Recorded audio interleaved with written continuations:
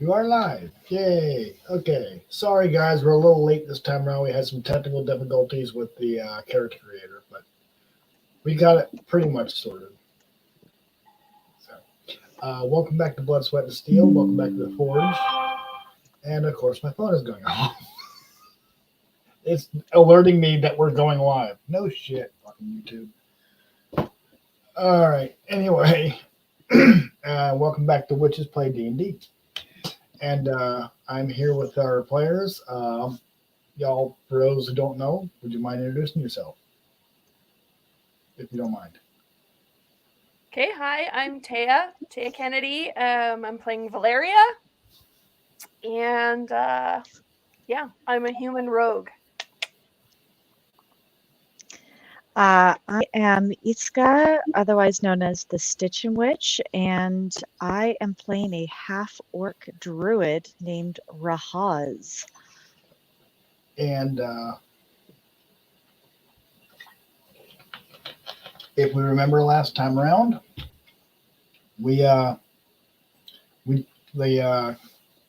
characters just got done helping out an old friend of theirs, Candace Vilroy, with a bit of an issue she was having.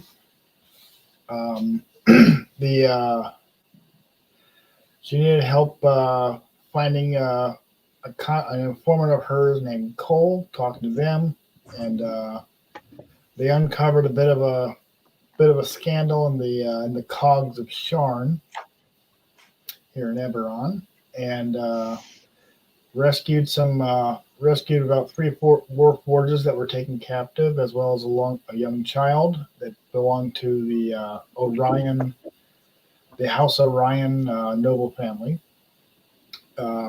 Released the captives, returned the boy to his father, and then promptly had a bit of a fight on a train or the lightning rail, and managed to apprehend. We managed to apprehend Gerda, the half ogre agent of Dask, which is a monstrous gang that has recently moved into Sharn and caused all sorts of trouble. And now you've managed to keep what was in the box because you paid off a bit of a dirty cop, so you don't have to turn over your hard-earned goods. The rogue is happy. The rogue is probably very happy.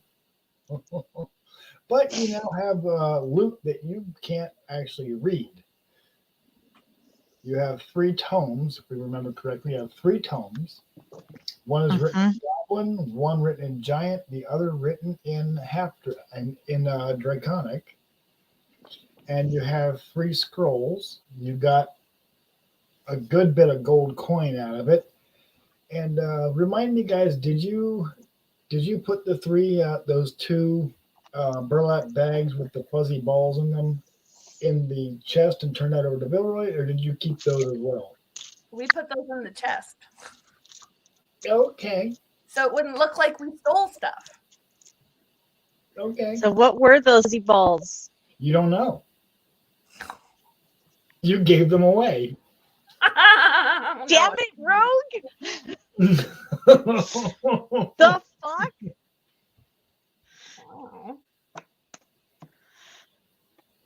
You don't know what they were.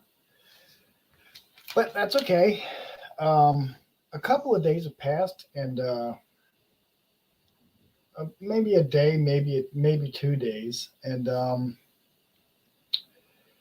you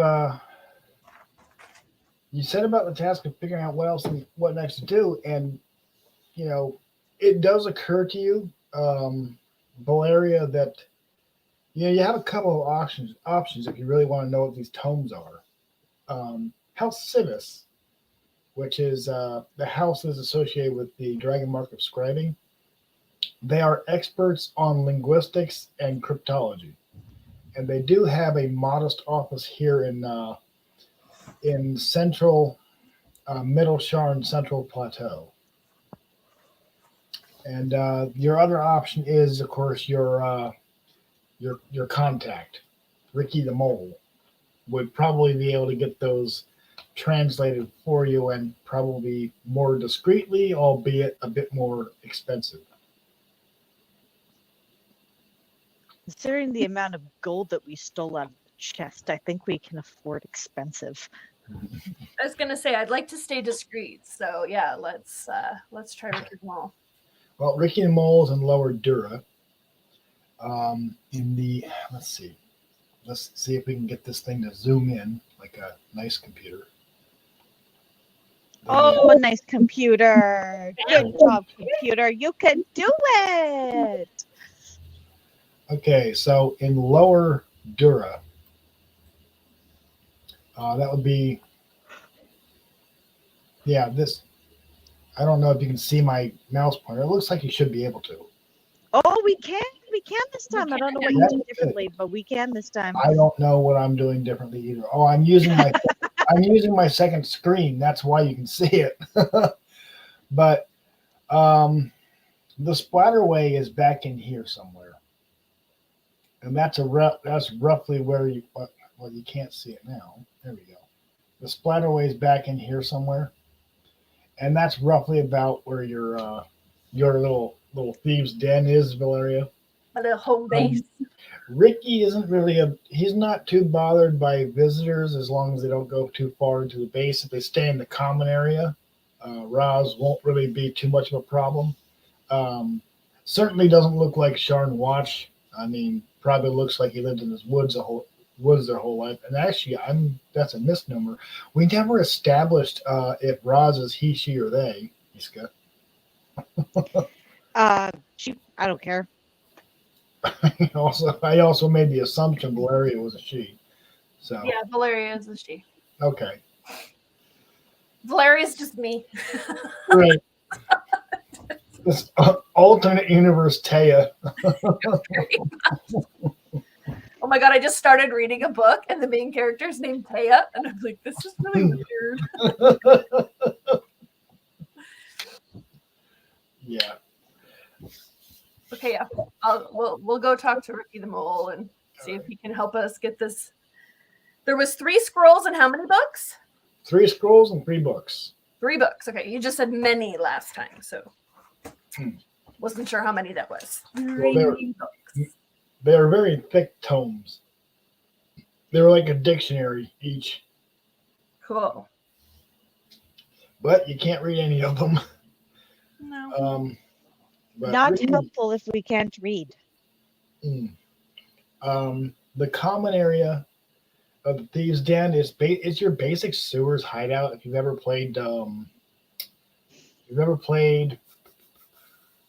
something like, what the hell, Skyrim or something, the Thieves' Den. It's similar to that. No, all right. Well, it's I have not played Skyrim, if you can believe it. I play Minecraft. Yeah, was that it? This is an underground, sort of a dried up area. The sewers is kind of unused, probably because it's been blocked up. The piping that was supposed to be piping has been clogged long ago, and it never really gets used. And this is sort of a hidden, reclusive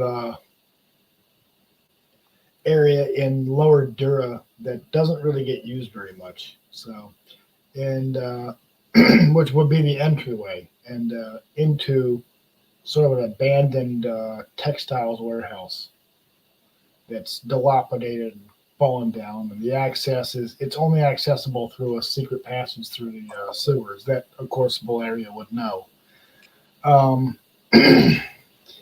They're all right with Roz being in the common area, like the main sort of hangout, and there is like the equivalent to, like, the 55-gallon drum trash fire, where it kind of keeps you warm. Like, pull out my dagger and start cleaning my nails. Love what you've done with the place. Yeah, you are definitely you're definitely in a thieves' den. So I've been in worse. Yeah, Valeria's. But you're a guest of Valeria. That is allowed for those who've been around for as long as Valeria has.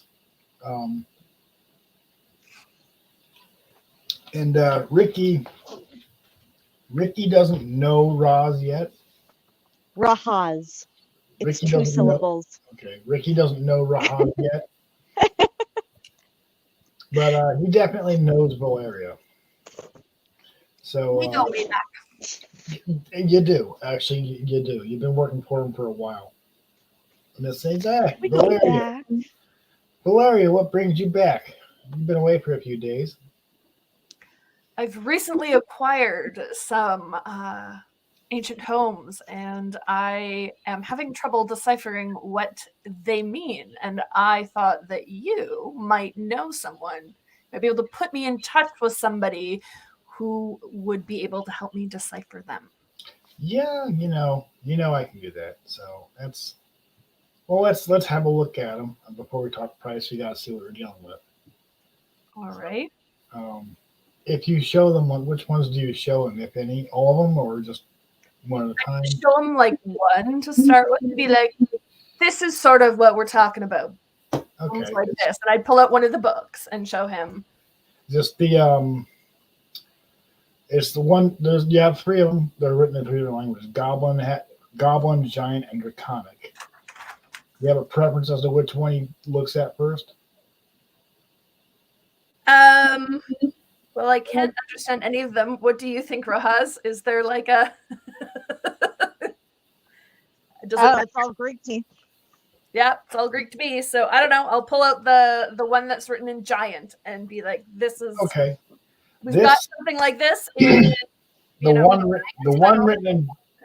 written in Giant gets his attention. He's like, I wasn't expecting you to find that. Where'd you get this? We lifted it off a less than willing compatriot. Yeah.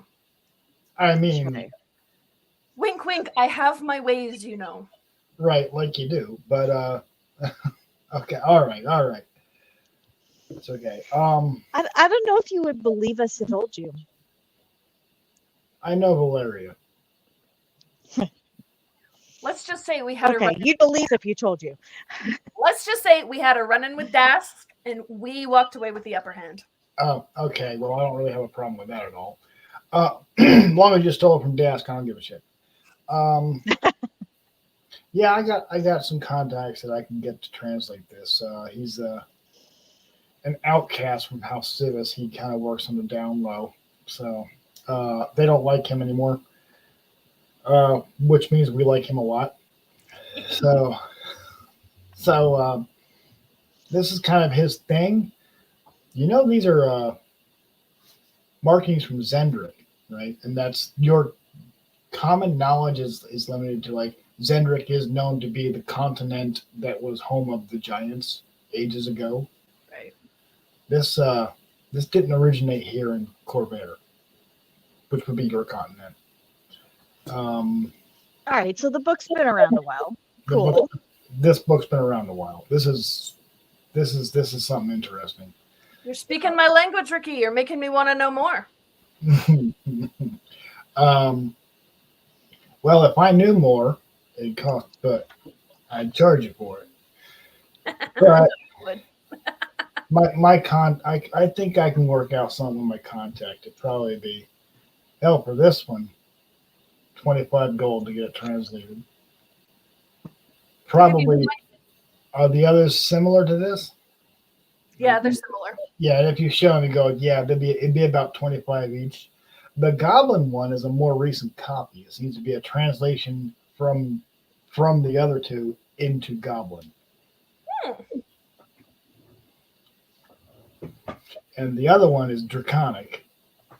And that's from I don't even know where. This appears to be really old. So my contact's probably gonna have to have a look at it. But it's going to take him a while. He does, translating things like these before. Like, I'm no expert, but I've had this done before.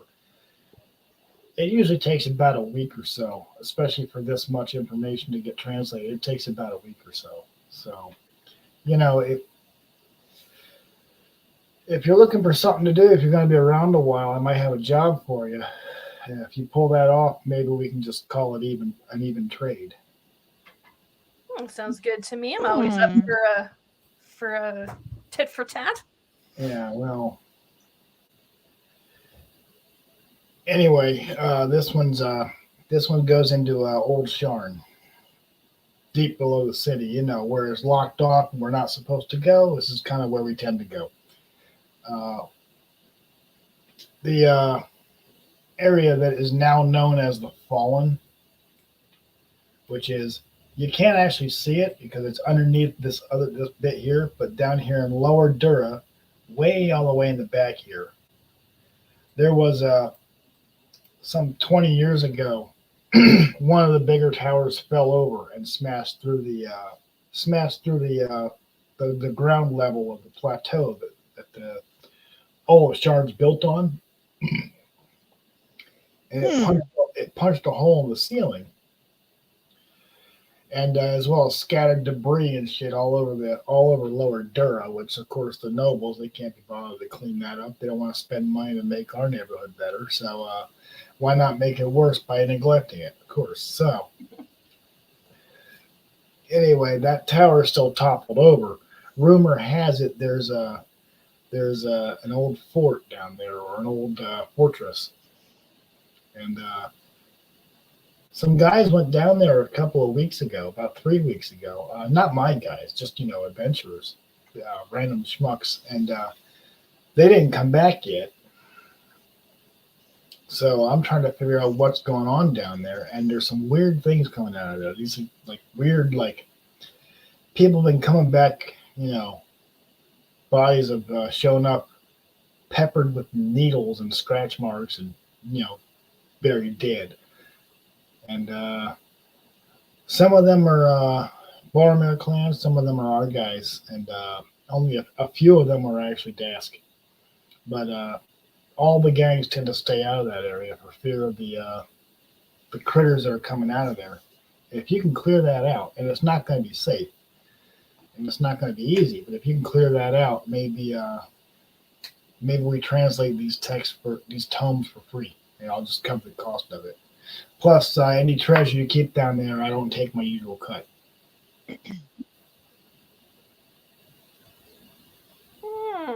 Sounds dangerous. Oh, yeah, it definitely will be.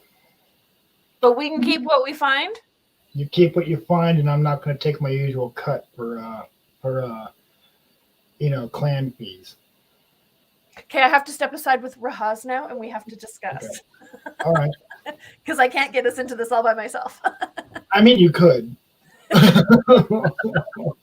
Could, but it wouldn't be appreciated. All right, Rahaz, what do you think? Is that a fair offer? Or should we... I think that's fair. I think that's fair. He does also offer to use the identify. He has some magic. He can identify the scrolls for free. Yep, I think that's fair. Okay. All right, we come back now, and I say, all right, we'll make a deal, Ricky. Okay. And he offers you a hand. He shakes on it. With Ricky the Mole, he's big on the handshake deal agreements. He doesn't break those.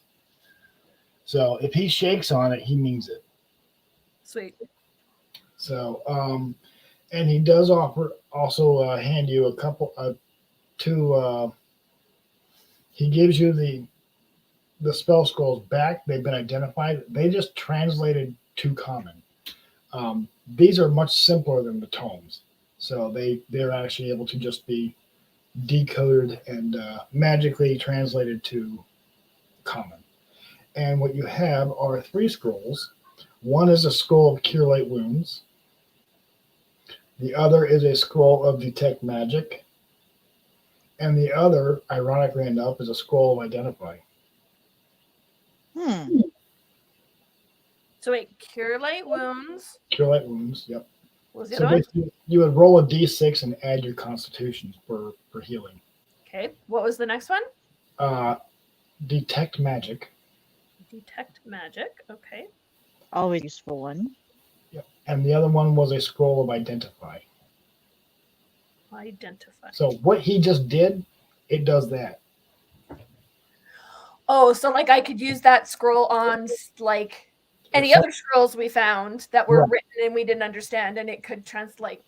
Any other magic item, as long as it's not like a stupidly powerful artifact, it would work.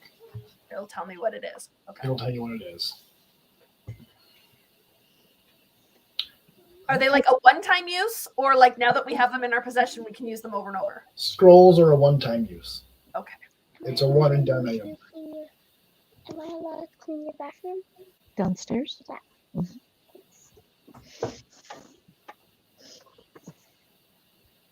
Yeah, scrolls are a one and done item.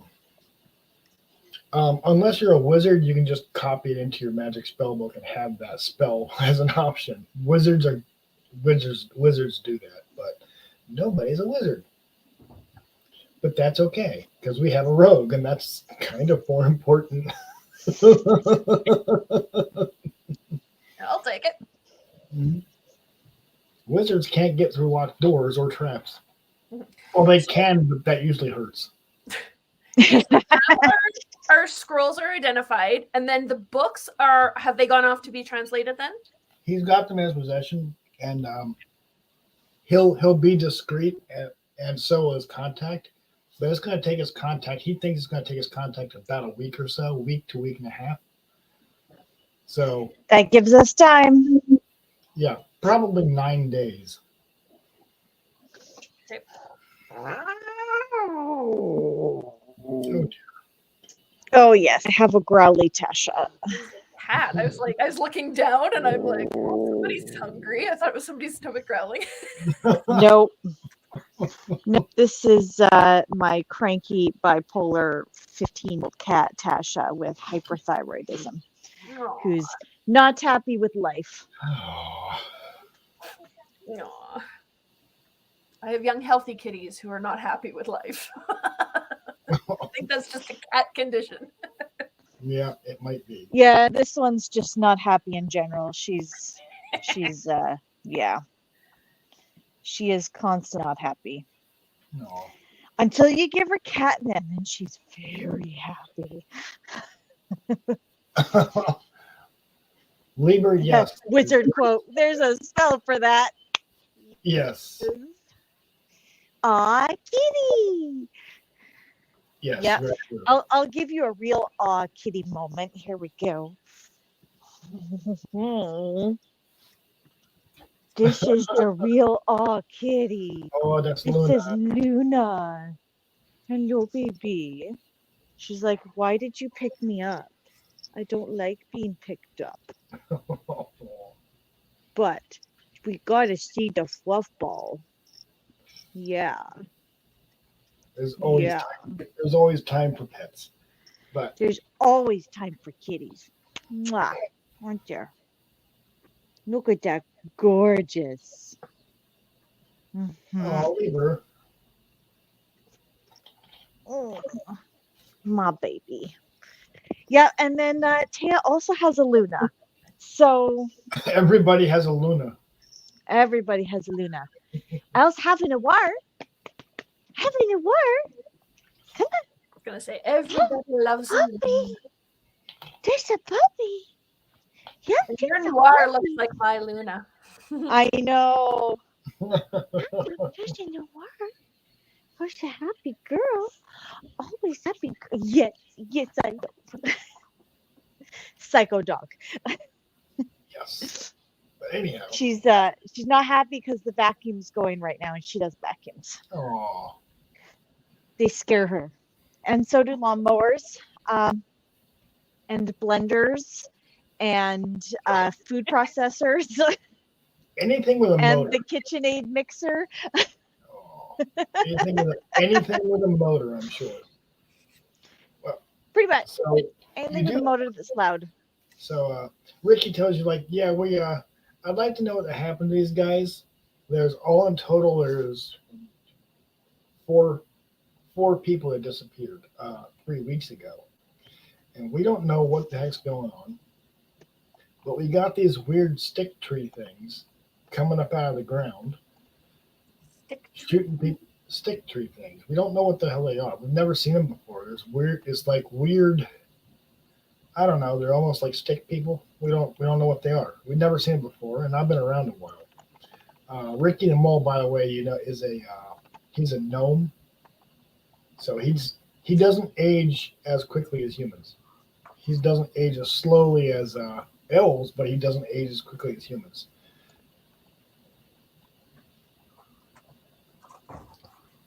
But anyway, yeah, these weird stick people things, and there's all sorts of monsters in the area. We don't know exactly where they came from, or well, we do know where they came from. Most of them probably came from Dask. That's what half the reports are probably about. Goblins and kobolds and bugbears and such. They Goblins and kobolds and bears. Oh my! Goblins and bugbears and kobolds. Oh my! Sorry. Rahaz, you're about to get uninvited. You're embarrassed in front of my underworld contacts. This was not Anchor. That was Iska saying that, not Rahaz. Sorry. Just teasing.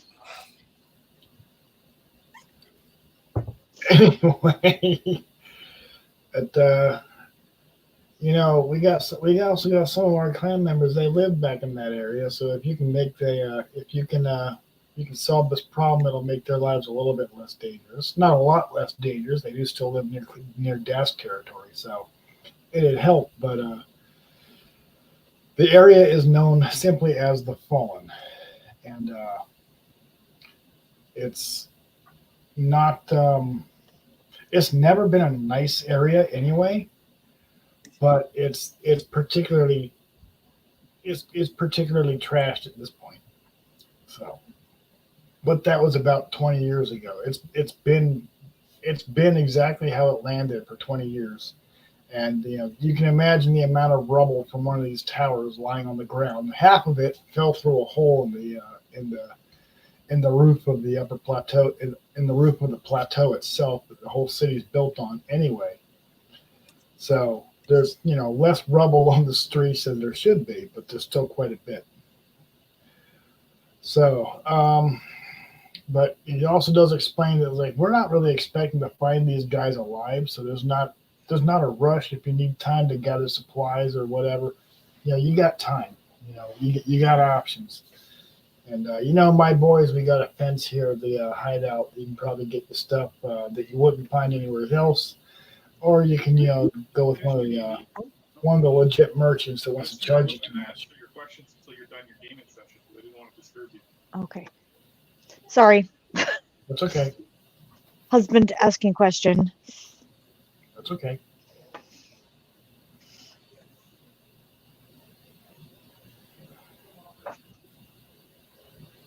I'm good. Okay. So yeah, you got some time, and Valerian, if you want to use our fence to pick up some things that for a more fair price, or you can use a legit.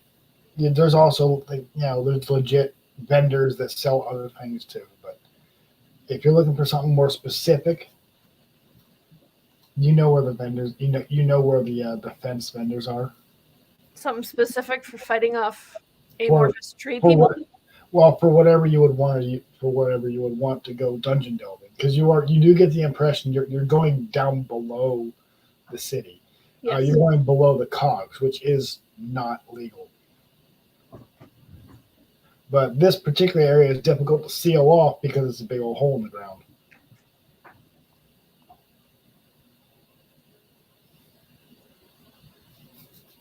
Okay. I have no idea what I might need for a venture such as that. Okay. Well, you typically have rope, and you have I have rope. you have rope. You're probably going to want a light source, some kind of light source. That's easy enough. Don't have lanterns, torch, or maybe the magical versions of would be useful. I have candles on me. Okay. Oil, pitons, rope, string. a tinder box. Okay. But maybe I should get like something more reliable than candles. I think we should get some torches. Yeah. Just walk around with a little candle. We actually haven't made a decision about that as far as like, can the players refer to chat? Yeah. Oh, absolutely. Yes, we can. I think they will anyway. Yeah, pretty much. Especially since Taya's a newer player, like I think only fair to like look at them and get ideas because, you know. Because yeah, I'm like, I have no idea what I would need. I'm like, I have candles, I'm good. No, torches. I suggest a grappling hook if you don't already have one. Did we get our rope back after we tied up that bit? We got our rope back. Sure, you have that 50-foot rope back. You each have 50 feet of rope at least. So Perfect. Rope I would we have. imagine the I have a shark- lantern. I have a lantern You do. in my adventuring gear. Very likely. And pitons. Those are for like climbing. But yeah, I think a grappling hook would be good. Yeah, just in case. You never know you're going to need a grappling hook. We have daggers. We have weapons. We have rations. We have our swords of cure white wounds and detect magic, so that's good.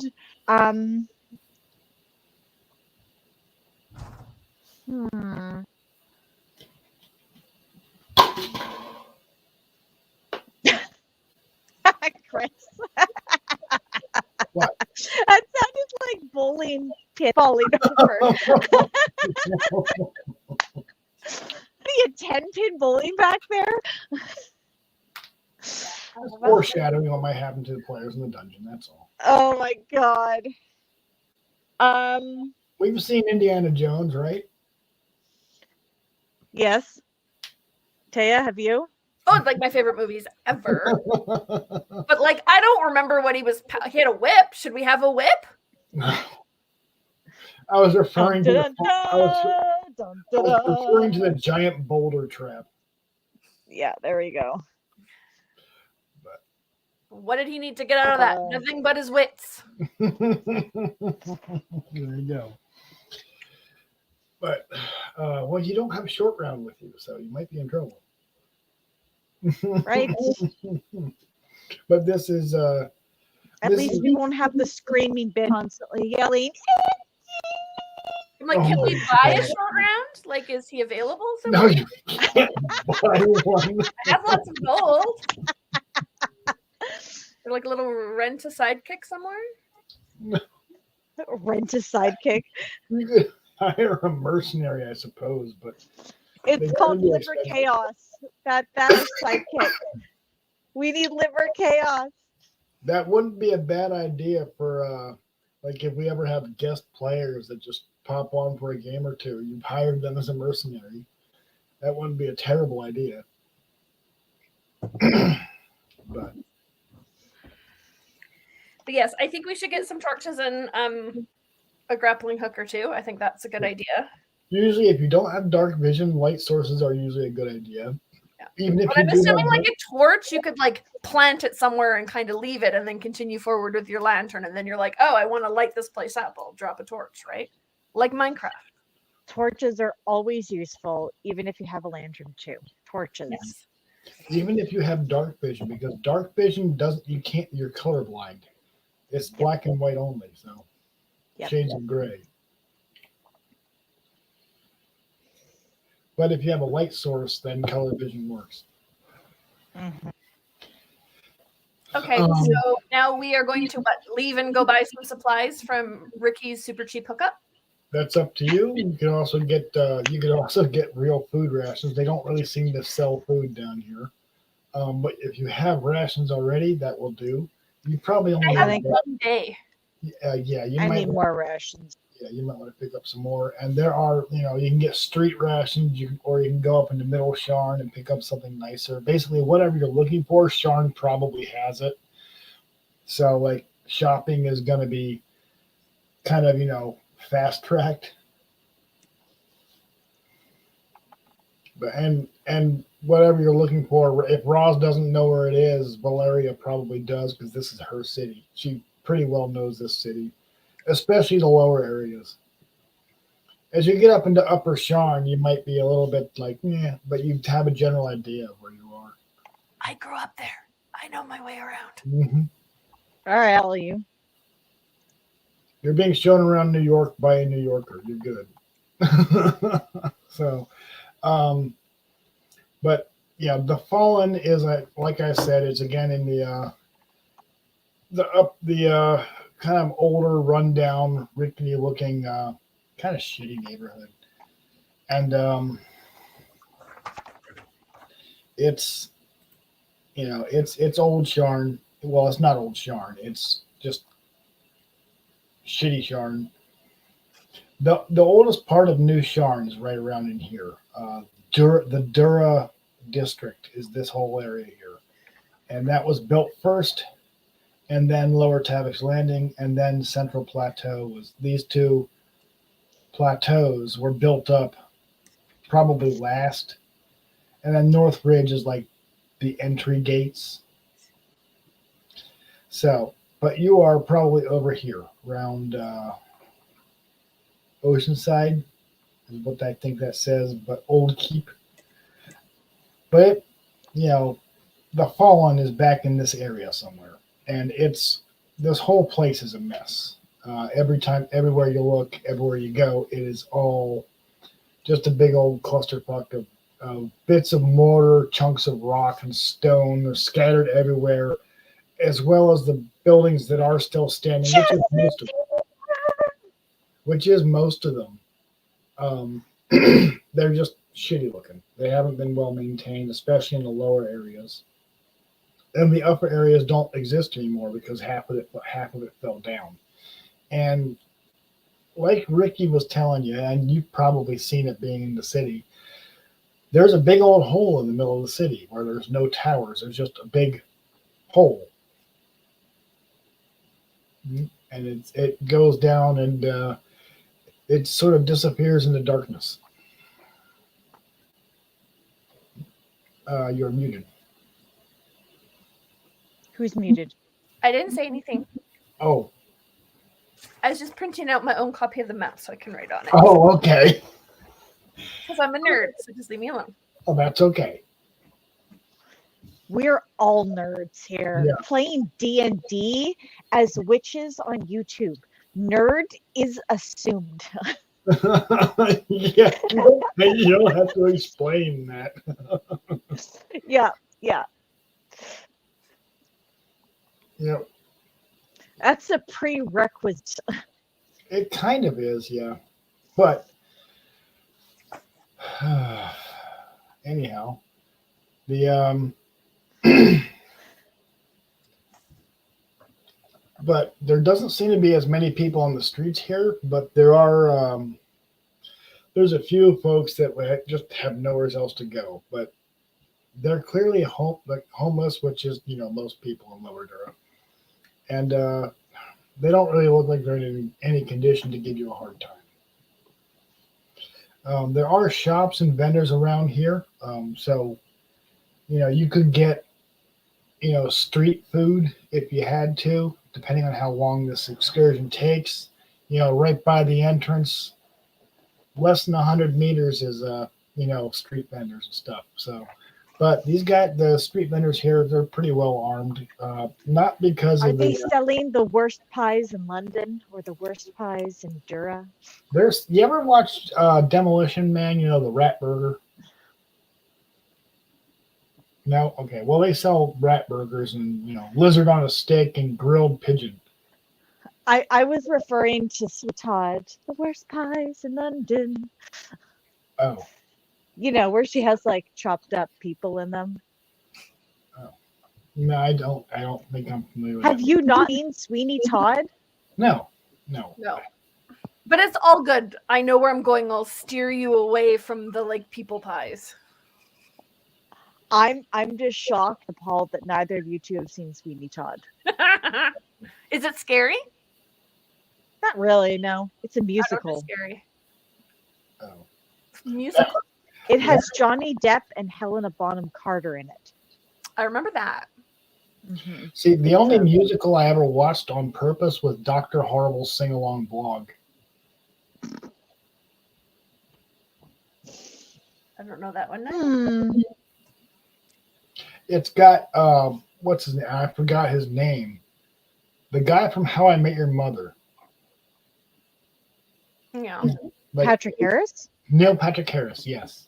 NPH! We love He NPH. plays Dr. Horrible. It's He his plays Dr. protein. Horrible in Dr. Horrible's sing-along blog. It's hilarious. Well, then I'm going to have to see this. I'm definitely going to have to see this. NPH is the best. And the main character from Firefly, Mal. Captain. Yeah, Mal. I love Mal. Mhm. Love Firefly. That's some yeah. shit I'm right still there. mad at Fox for canceling that show. Never seen it. Yeah. Oh, Firefly is a good show. But anyhow, I anyway. think your geek card has just been revoked, Taya. I'm just kidding. She's never watched Star Wars. She's never watched The Hobbit. I watched Star Wars. I watched The Hobbit. I read all the books. Okay. Read all the Dune books, the whole series. Okay.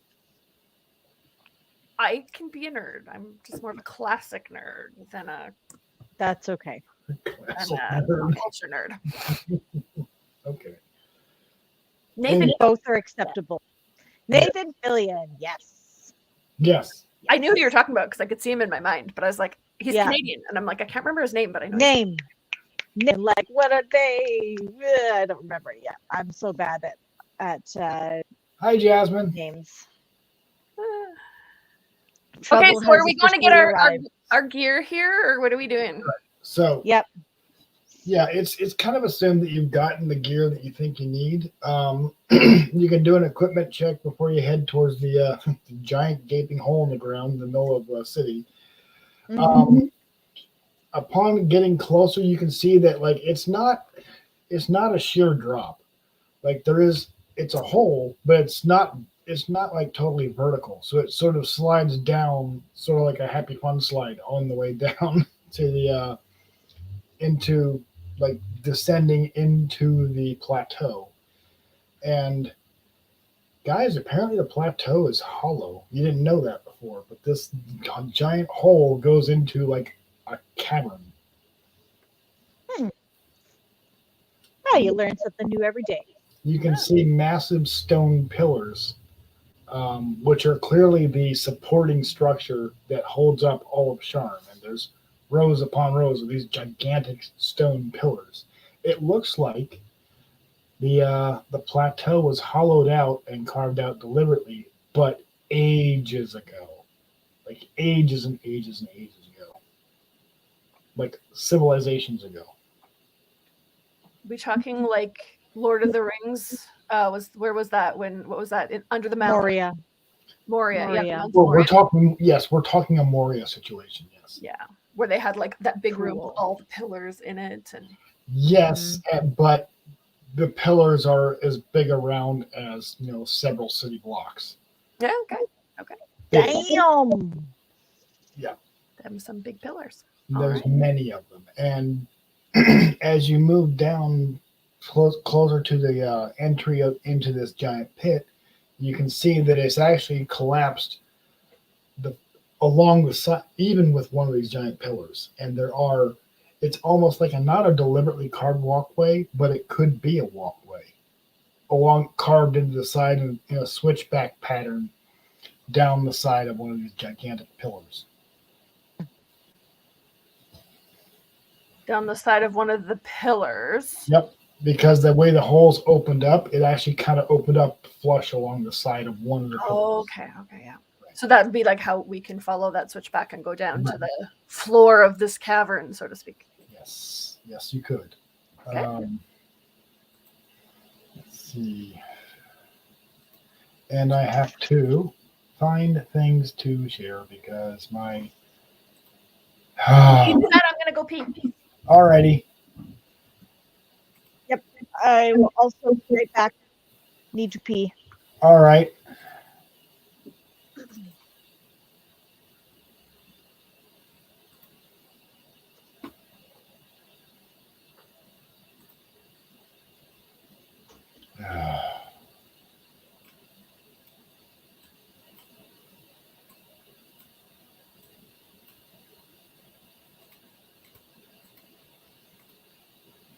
For goodness sakes.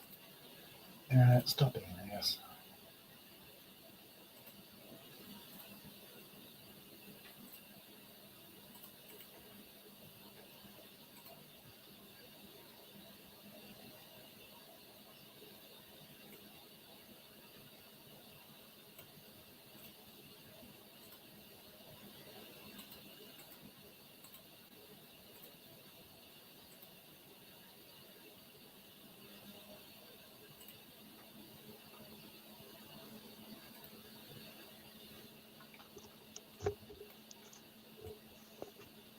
What does your shirt say, Chris? It's very appropriate. It says, meddle not in the affairs of dragons, for you are crunchy and go well with ketchup. That's what I was like. Does it go like, because you are tasty with ketchup or something like that? I'm like, I'm fairly sure I know what this shirt says, but I must know regardless. Yes. We do go well with ketchup.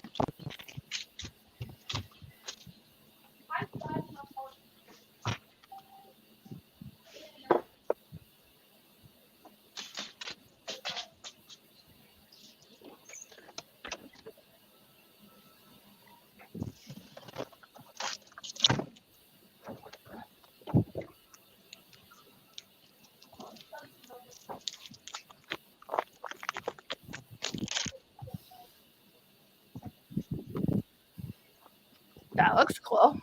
Mm-hmm.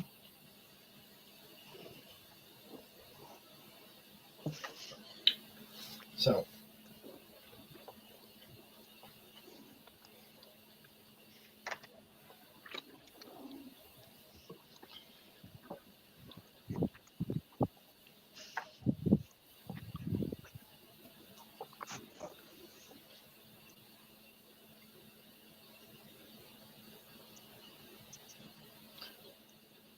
once we're all ready. Mm-hmm. Okay. This is an approximation of basically what you have here. If you imagine the side of the hole that you're standing on, ending up, see, right in this area up here, this would be the landing, several meters down, but basically that's where the sort of a sloped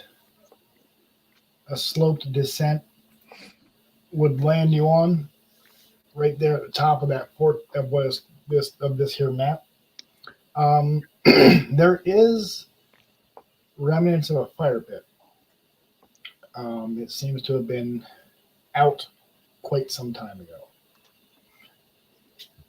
But there Maybe does some home people seeking shelter. very possible. Actually, that is probably the most likely scenario. Probably before monsters and creepy crawlies started coming out of the hole here. I was gonna say it's the orcs, but okay. Now, there's several. There's actually at least one body of a kobold whose body has been riddled with little like needles, like the type you would expect to see on a particularly nasty thorn bush or possibly blackthorn needles. But the needles are like they seem like they were made from dead wood. And he's peppered with it. He sort of looks like a pincushion.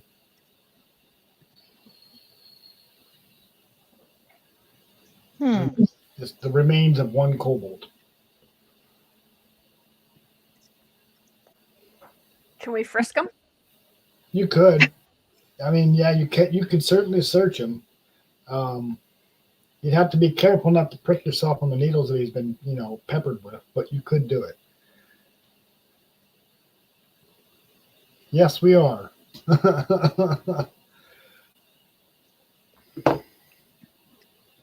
All right. I'm going to frisk him carefully.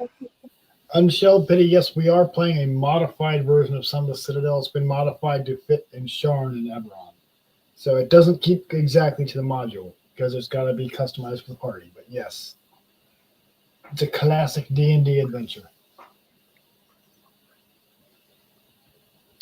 So you do find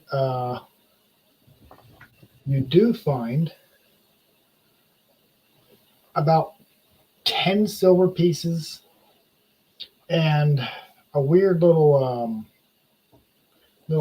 like an ivory figurine. Ivory figurine? An ivy. An ivory, maybe an ivory figurine, or something. It's a little trinket. Doesn't seem to be, like it's magical or anything, but it might be worth something. He probably stole it anyway. Put it in my pocket. Okay. This sort of does play out. So this sort of does. The path before you does look very much like this. Understanding that this is sort of like a sheer wall that comes down from the opening of the chasm in the pit. Okay. Shall we head down? Guess there's nowhere else to go. Because, yeah. Can we look ahead? Are there any bad you monster can things? see ahead down to about this area. The bottom of the third set of stairs here sort of disappears into the darkness, and your area 3 is hidden in darkness, and it's not total blackness, but Valeria, it's going to be very difficult for you to see down here without a light source. Can I drop a torch? You could drop a torch, but it's not directly below you. It's out. This is down and out, so it's Okay. yeah. We'll worry about it when we get there then. Okay. All right. How are you proceeding? Is there a marching order? Are you just shambling along? Are you? Well, I'll I'm the go one with. Okay. I was going to say I'm the one with dark vision, but okay. Oh, I guess, yeah. If you've got dark vision, then you should go first. Up to about down to the third landing, there's still a little bit of sunlight. But when you proceed down lower than this pad here, there is dim light here. Mm-hmm. Beyond that is going to be difficult for Valeria to see without a light source. All right. Now, you have light sources. You can use them, but that's at your discretion. Yeah, But I think we're going to need announce to. that we're coming. Yes, well, you don't really have much of a choice when it gets to a certain point. All right. Yeah, I think we're going to have to use our light source pretty quick here. You could hang on to Raj's coattails and feel your way down the side of the mountain, down the side of this chasm. Lead me, mommy. Yes, no, I can turn my hooded lantern. I will light it up. Okay.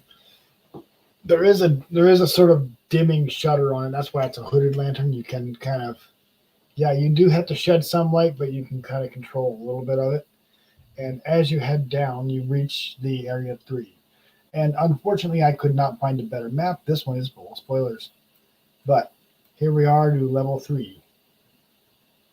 So, and you end up on this area here. Is that a doorway in front of us? There is a doorway in front of you into area 4 right here. Okay. I like to examine the doorway. I am not just going to go straight ahead and plow in. Okay. And I'm going to suggest to the rogue that she help check it for traps. Okay. All right. I will check the door for traps. Make a perception investigation check. Anybody can make an investigation check. I rolled a 13 for investigation and a 16 perception. Okay. Yeah, you do uncover a pit trap. It is very easy to bypass. There's a pit trap right at the beginning of the door, and then there is. Let's see, where the fuck is that? The beginning of the door has a definite pit trap, and the area 3 right there. Come here. Yeah, this is spoilers, but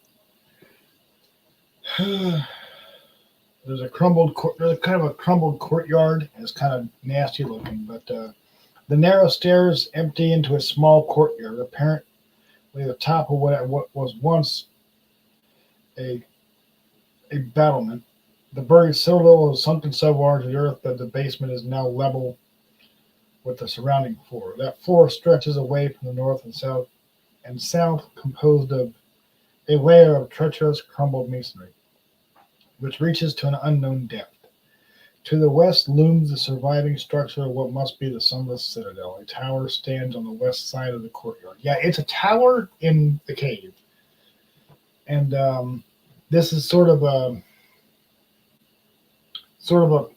plateau under the plateau. It's really weird.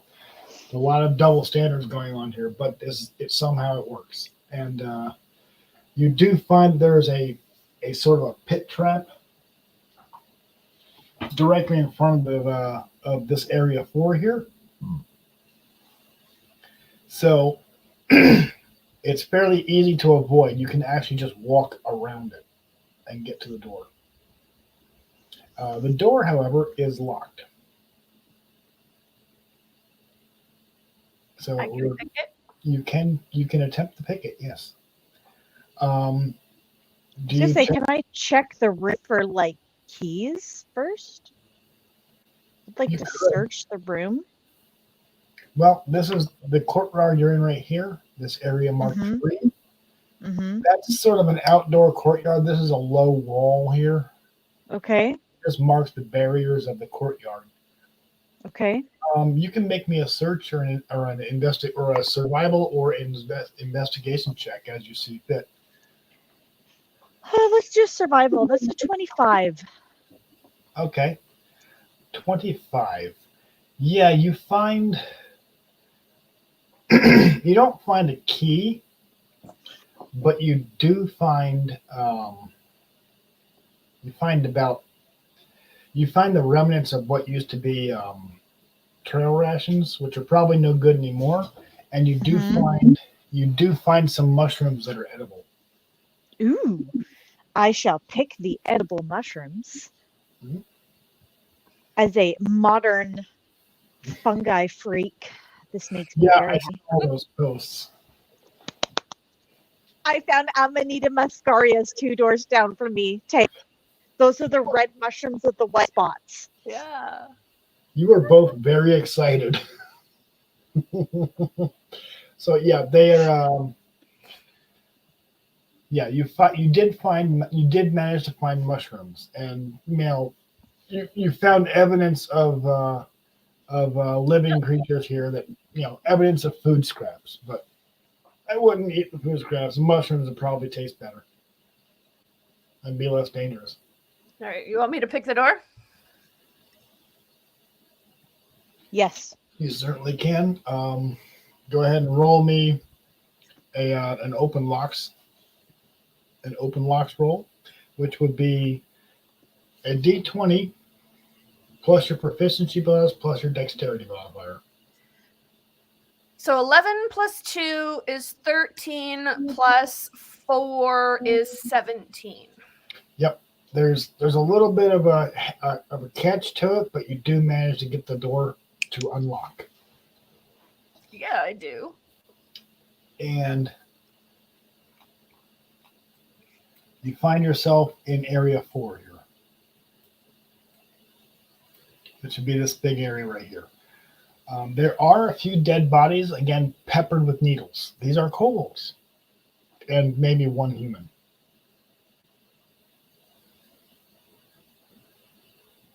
I am going to search the base. Okay. Yeah. You find a couple of silver and maybe a dagger that's probably rusted. and you find that a couple of these needles, they're make me a nature check, Rahaz.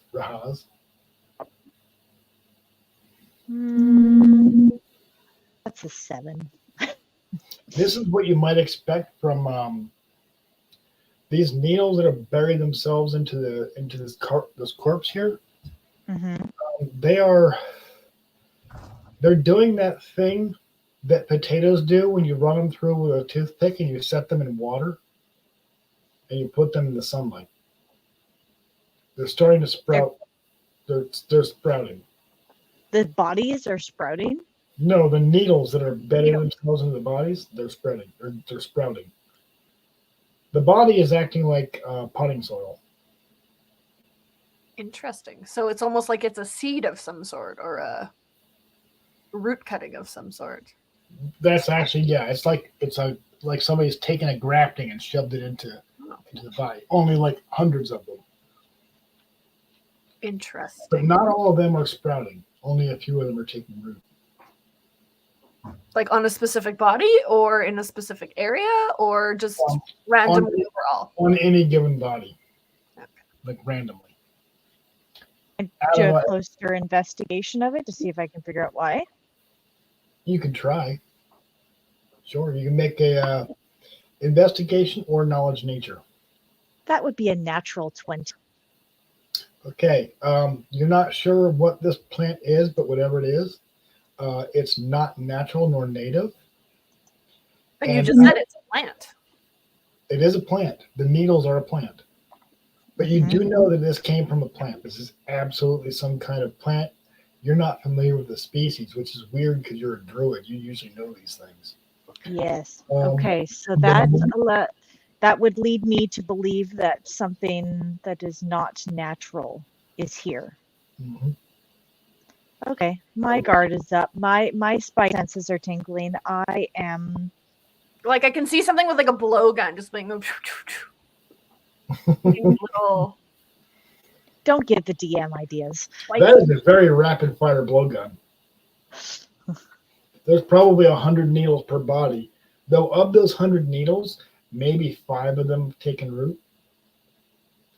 The others are just dead. And the dead ones, they appear to have been dead for ages. And so do the ones that are taking root.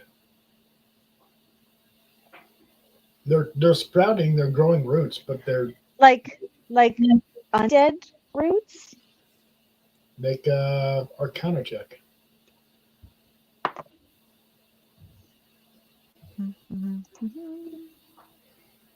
16. You've never seen an undead plant before, but this is sort of like if a plant had a corpse that was. It's hard to do undead because they don't typically. Their plants are typically not ambulatory. But if this was a person, you'd say it might be undead. That's creepy. Ambulatory plants. I've read books with ambulatory plants that are like vines, and they're sentient. Ooh, this could be. D&D calls that a shambling mound.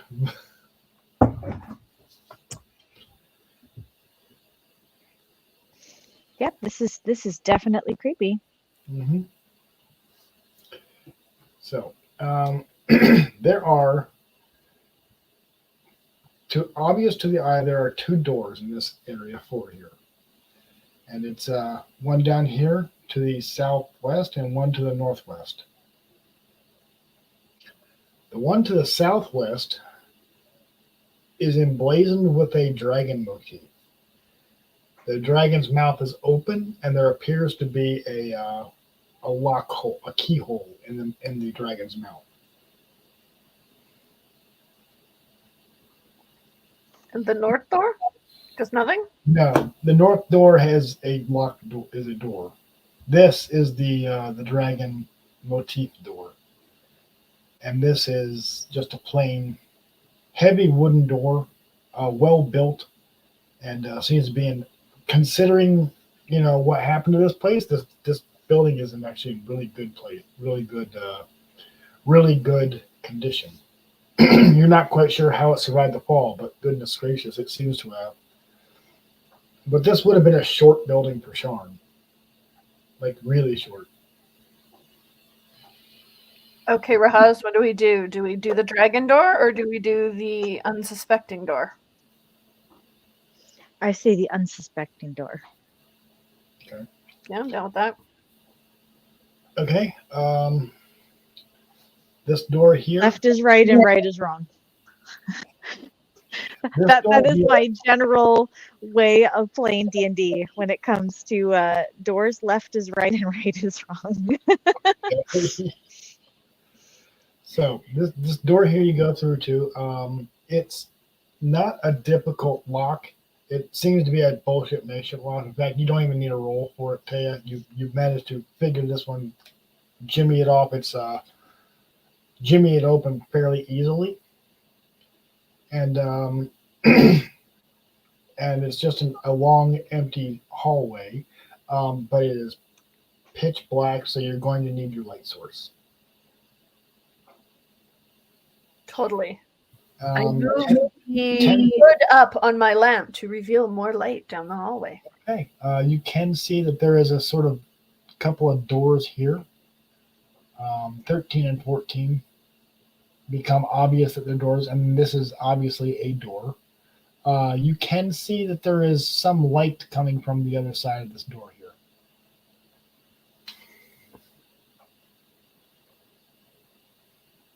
What do we want to do? Do we want to check the side rooms or we want to go right for the room that's showing some light? I'd like to sneak up on the room that's showing some light. Okay.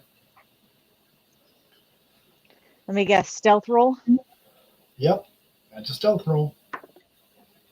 Natural 20! Okay. Valeria, you're actually kind of impressed by how quietly she's able to make it to the door. How quietly Roz is able to make it to the door. And I've been learning how to walk through forests, in my previous life without snapping twigs and stuff. So it's got to have come in handy at some point. yeah, apparently it has. So this room, you can now hear the faint sound of sobbing. Oh, great. Anything else? No, all you hear is sobbing, and there's a faint light. It seems The pitch of this sobbing, is it like childlike? Is it like you're not entirely masculine sure. sobbing? Like, what are we talking about? It doesn't sound like a human. Non-human sobbing. Non-human sobbing. Not helping. All right. The occasional sound of someone blowing their nose. And then they continue sobbing.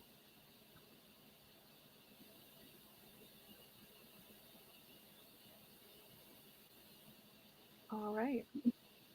Do we want to go and see who's crying? I say we try to open the door quietly. Okay. Do we want to do that checking for traps thing?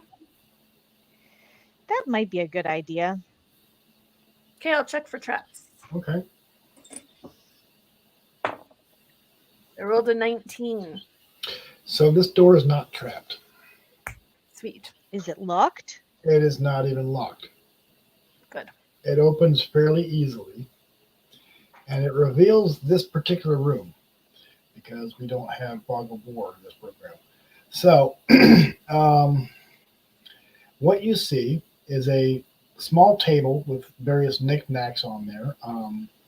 A lantern, a candle, and a fire pit, which is the source of the light.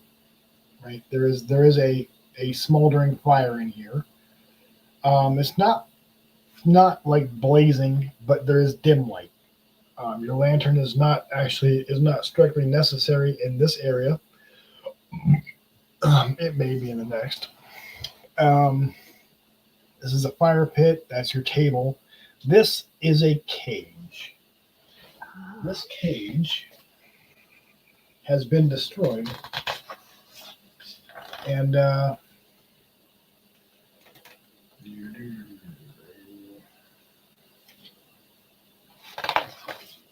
And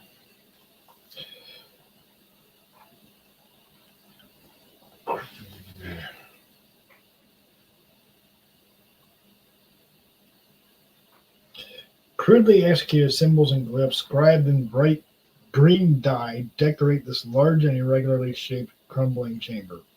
A large pit in the center shows evidence of a recent fire. A metallic cage in the middle of the southern wall contains a gaping hole and stands empty. A small wooden bent table draped with green cloth is next to the cage. Several small objects rest on it. A bedroll lies near the wooden bench. The sound of whimpering and sobbing is coming from inside of it. This cage is destroyed. It's been ruined.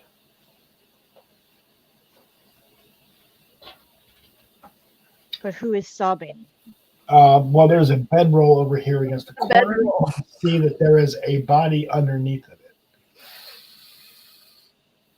Well, we don't want to like frighten this thing because we don't know if they're friendly or not. But how do you?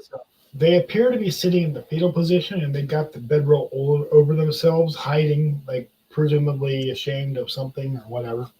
You can't see what the creature is, but you can tell it's no bigger than a halfling, so maybe 3 foot tall at best. They're a small-sized creature. Okay. Shall we approach them and Sure. talk to them? You're probably better at the whole talking thing than I am. Okay. So, I can stow my lantern, so my hands are free, hands up, just Yep. like, you know. You could even set it on the table temporarily if you wanted to, Sure. or you could just put it away. But just right, showing my hands are like, I'm not carrying a weapon right now. I'm just like, hey, friend, you okay down there? What's going on? The sobbing and whimpering continues, followed by, go away, leave me alone. Leave me to my shame and peace. They sound very small. I'm not going to do voices because I'm terrible at them.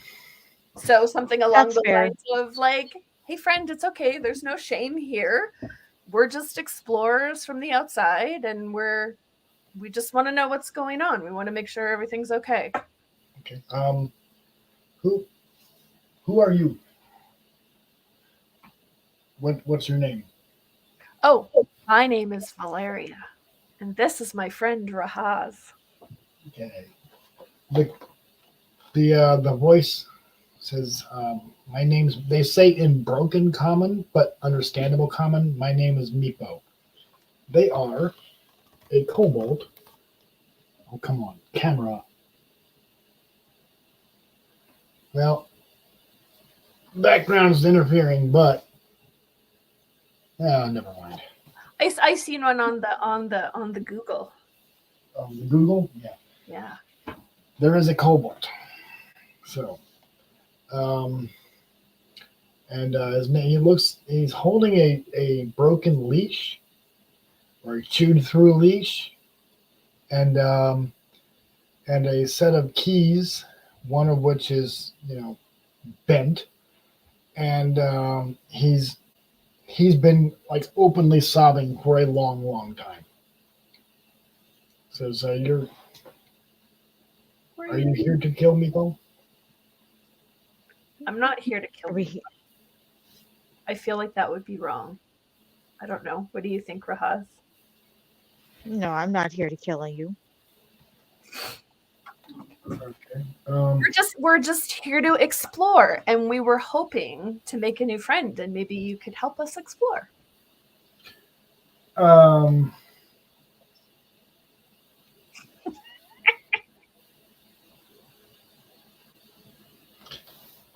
He's you can see that Meepo has been cut and scraped and beat up a good bit, and he's bleeding from several scratches and scars, scratches and cuts and he's like nursing a twisted foot, like not broken, but like I can try, but like I don't know who you are, and Yigdara would not like it. Who? Unless you go and talk to her. Yigdara? Who's that? And who is Yigdara? She is a tribe leader. Dragon priestess.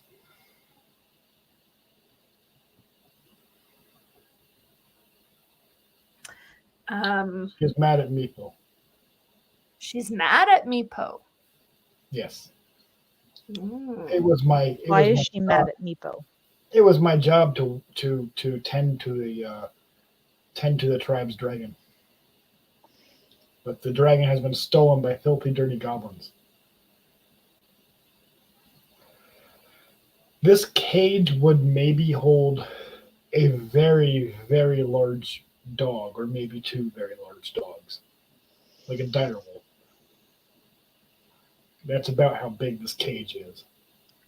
Meepo, were the dragons in the cage? It was. Or the dragon, sorry, yeah. The dragon was in the cage. It was. And now where is the dragon?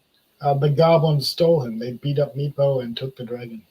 They broke the cage. They broke my leash. Oh, Meepo, I'm so sorry. Is your dragon what is shooting all of the little needles into everything? Oh no. The dragon does not shoot needles. The dragon breeds ice. Breeds ice.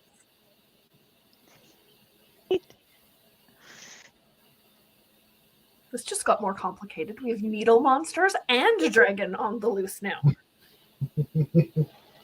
Frick. All right. So, I don't know. Should we ask if he can take us to Yigdara? That does not sound like a good idea. No. Meepo explains he's not kicked out of the tribe, but he's just kind of in the doghouse right now. He'll explain to you that the goblins broke in. The goblins who live in another part of the fortress, they're trying to claim that the fortress belongs to them, when the kobolds know for sure that this is their home. They belong here, and this was the ancient shrine of the dragon gods that were those where dragons were worshipped by other mortal races long ago. And they're basically recreationists. They're trying to restore the place to its former glory, and Complete with dragons? complete with a dragon. That does not sound like a good thing to me. What he describes, and Rahaz can make a knowledge nature check, is a white dragon roughly the size of a dire wolf. So maybe just slightly shorter than a horse, or roughly the same size as a horse. Let's roll the 16. So you know that a dragon the size of a small horse is an extremely young dragon. They only get bigger. Yeah. This is probably not quite a hatchling, but almost the equivalent to a toddler. Which means it'll spit fire very quickly. Ice. It breathes ice. So Oh, right, ice. But still dangerous. still very dangerous. I feel like we should have got shields. I feel like shields would not have done anything. Ice would flow around it. You see. And through it. No. Insulated shields. Exactly, Libra Chaos. Dragons are awesome from afar. Very, very far. You're not sure if a dragon this young would have his breath weapon yet or not. You don't really know. I don't want to take that chance.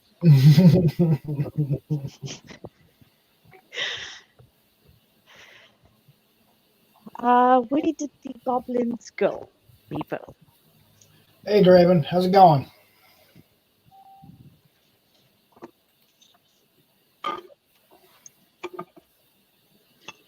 Go here. So I want to know which direction the goblins. Mommy. So the goblins, they stole the dragon, and they went this way through this door here. That seems like a good place for us to go. All right. Upon investigating, that door seems to be. It's not like. It's definitely locked, and there's a magical glyph on it. And Meepo would explain that the priestess has the key or a keystone that would get through that. Oh, great. We can't even do anything about it. No. Well, fuck. When the goblins stole the dragon, they sealed that door with a magical lock that the priestess put on it. Great. Those give you directions. Tells you that the priestess is down the hallway, and make a right. Basically, the priestess is over here in 21. But Where do you want to go, he does tell you not to. Valeria? He tells you not to what? He tells you not to start any fights and not to try and get into what are clearly cells holding goblins. The goblins are prisoners, and they ransom them off, or sometimes they eat them. Huh, yum. Yeah. If you're eating goblins, you're hungry. Yeah. Yeah. Real hungry. So I guess maybe we need to go see Dara. Yeah, Yigdara would probably be the person to talk to. All right, Valeria, if you think that's a good idea. Well, what other choice do we have? Not many. We could go back and try the dragon door. Good. Mhm. I'm not sure how effective that would be, but we could.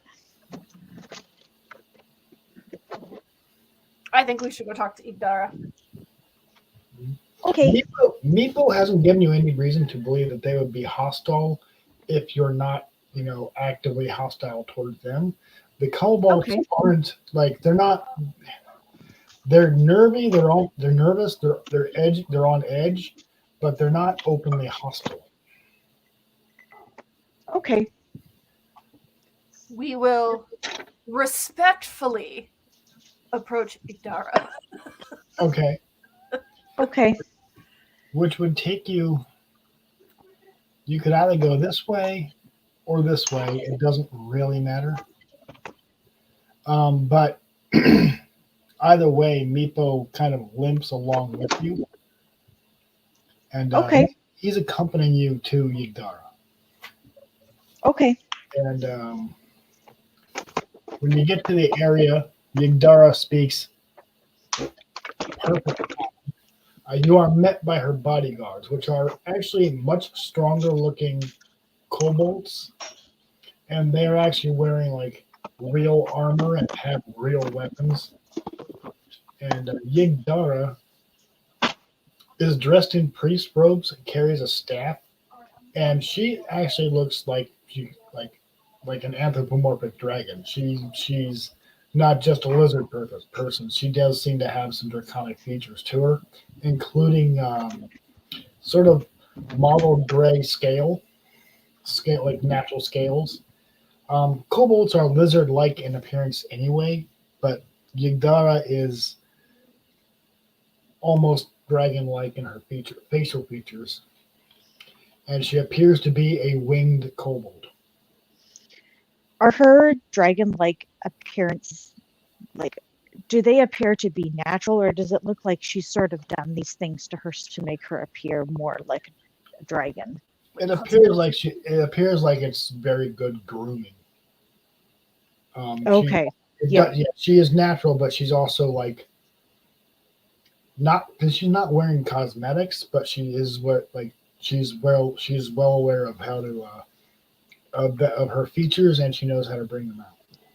Gotcha. Okay. So she's deliberately made herself look more like a dragon. Right. Okay. But she's also kind of born that way a bit too. She's just played up those features. Actually. Right. She's played up those features very well. Okay. But this room is, lined with columns. Each column has a wooden carving on it in the shape and form of a different type of dragon.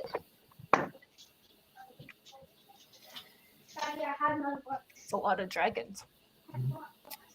They're not actually dragons; they're just carved. No, a wooden- lot of types of wooden- dragons. I mean. Right? Yeah, there are actually a lot of types of dragons in D&D.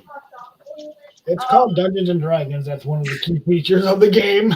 Oh, yeah, I guess that makes sense.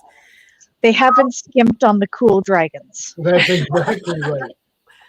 All right, Rahaz, do we want to talk to the guards? Do we want to talk right to her? What do we want to? Well, I mean, like, we can, like, talk to her. The guards are in front. They're not going to, like, Yeah, the guards we can are. still talk to her. The guards are nearby. They're not going to prevent you from speaking to her, like having an audience, but they're not going to want you to get too close. So as long as you stay back like 10 to 15 feet, you're probably fine. Think like celebrity bodyguard. Like, you can still talk to them. They're just not going to let you too close Right. without good reason. Now, at this point, I need to ask, where do you guys where do you guys see your characters? Where is your dragon mark? Is it concealable or obvious? Valeria, I would assume yours is somewhere is concealable. Mine's is concealed, yeah. Okay. Rahaz, is yours concealed or obvious? Concealable, but easily uncovered. Okay. Okay. So Yigdara sees you enter, and seeing that you are being accompanied by Meepo, she addresses Meepo. Says, Meepo, what disasters have you done this time? You've already lost our dragon, and now you bring the outsiders. You have some explaining to do. Well, we kind of stumbled upon him. He didn't go looking for us. Oh, And we're here to help. We're adventurers who are here to. yes, I'm familiar with the surface dwelling murder hobos. Why have you come into our home? Just for shits and giggles. Yeah. We've entered into your home because we've heard that there was trouble and distress, and we were sent from a friend above who thought you might be accommodating to our services. Your friend above knew about Meepo and my tribe.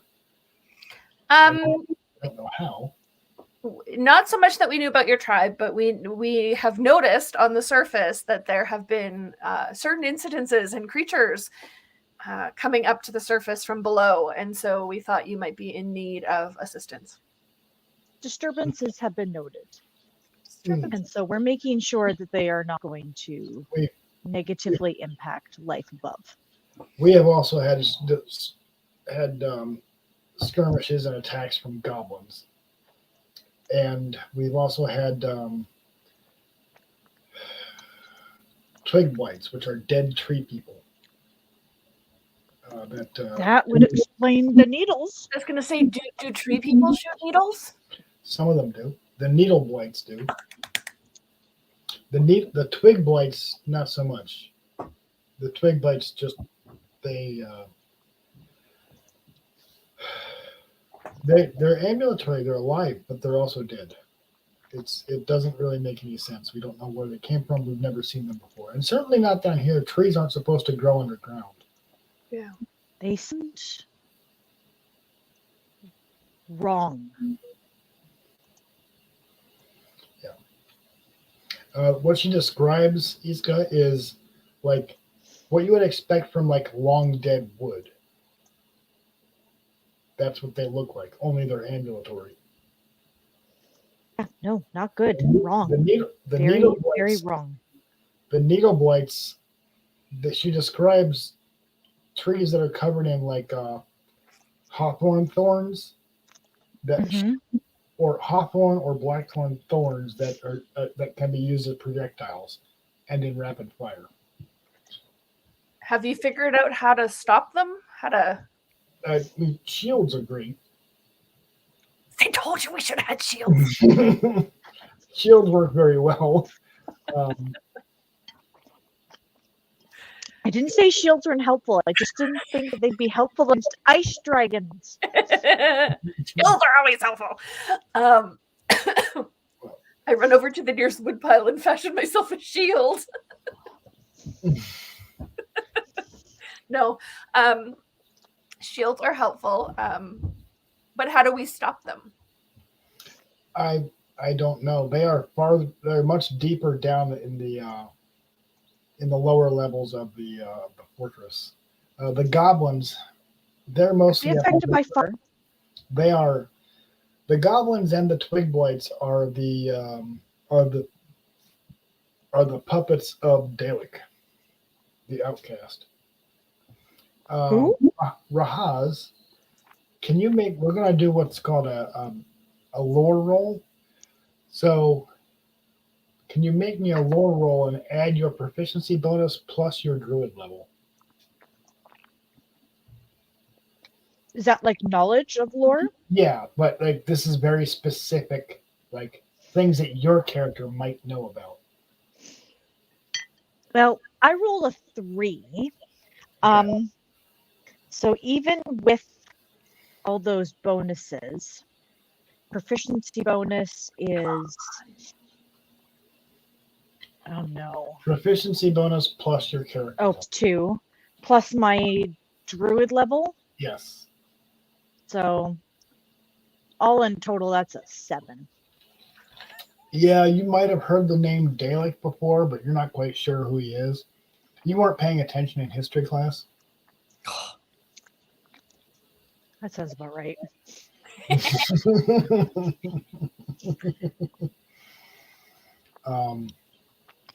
She explains that he's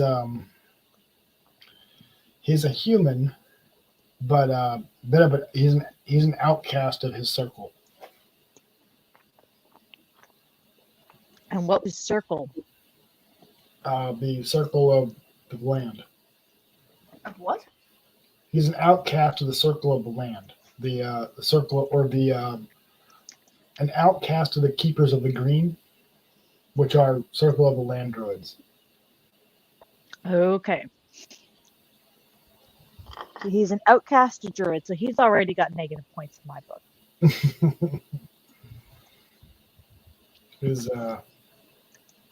He followed beliefs that were considered profane. And we think he's a member of the Emerald Claw. But we don't really know. My knowledge on those things is very limited. We think he follows something called the Emerald Claw. What is the Emerald Claw? Make me a knowledge history check.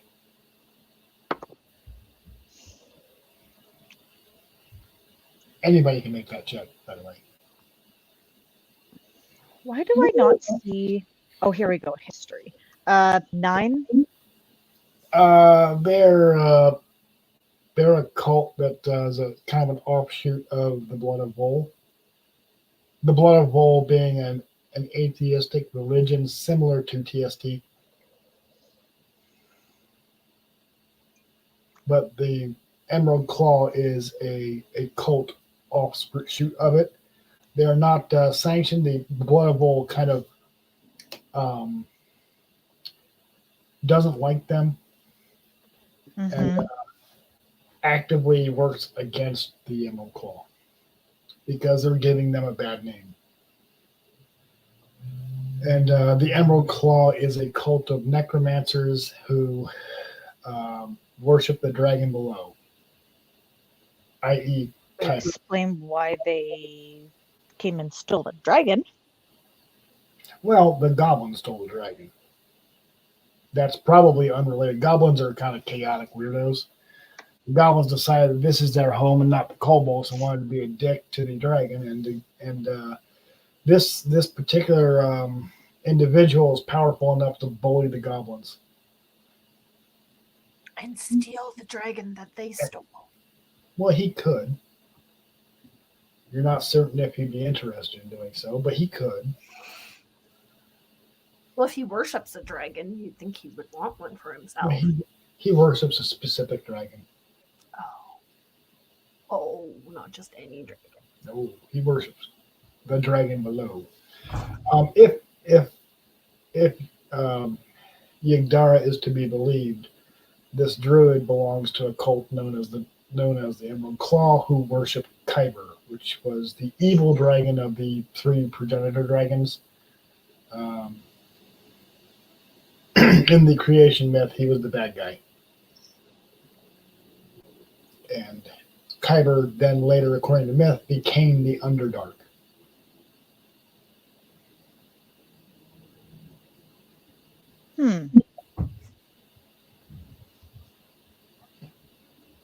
This is all very interesting, but it's not really helping me figure out what we're supposed to do.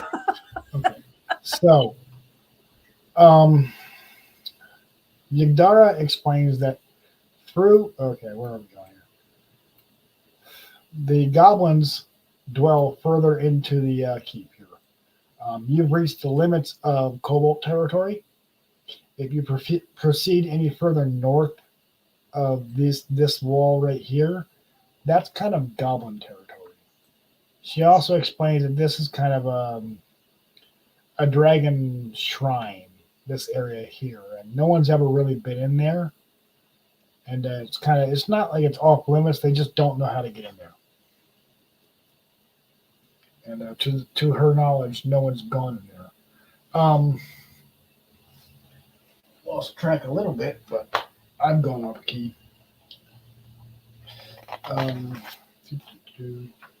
So, like, should we be trying to get the dragon back from the goblins? Well, she asked that if you are willing to do that, she would reward you with something. Doesn't know what yet. She just she wants to get the dragon back, and she wants Meepo to help.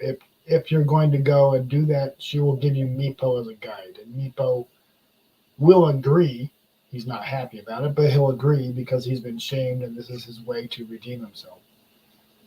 So he will go with you if you want him to. If you'd rather leave him here, you can do that. But he's not much of a fighter. That's okay. He'd be useful as a guide, but he wouldn't really be useful as anything else. That's okay. But she does explain. She does give you a key, which opens. Where'd it go? This door here, the one that was sealed when the goblins stole the dragon. She gives you a key to that one, and it will open up the next several doors in sequence, so that you can access the goblin area. Okay. That would I will. Can I do a heal roll on Meepo, like a medicine, just sort of like stabilize them and patch them up? Certainly. Yeah, his wounds are mostly superficial. He's been scratched the hell up quite badly, but he's not like gonna die right now. No, but also could leave exactly. secondary infections, discomfort, And all of that. Yeah, and a heal check would definitely, if you're gonna, patch him up through mundane means, that would certainly help him out a lot. I rolled an 18 and I have a +4 to medicine, so Yeah, so he's not really going to be having too many problems.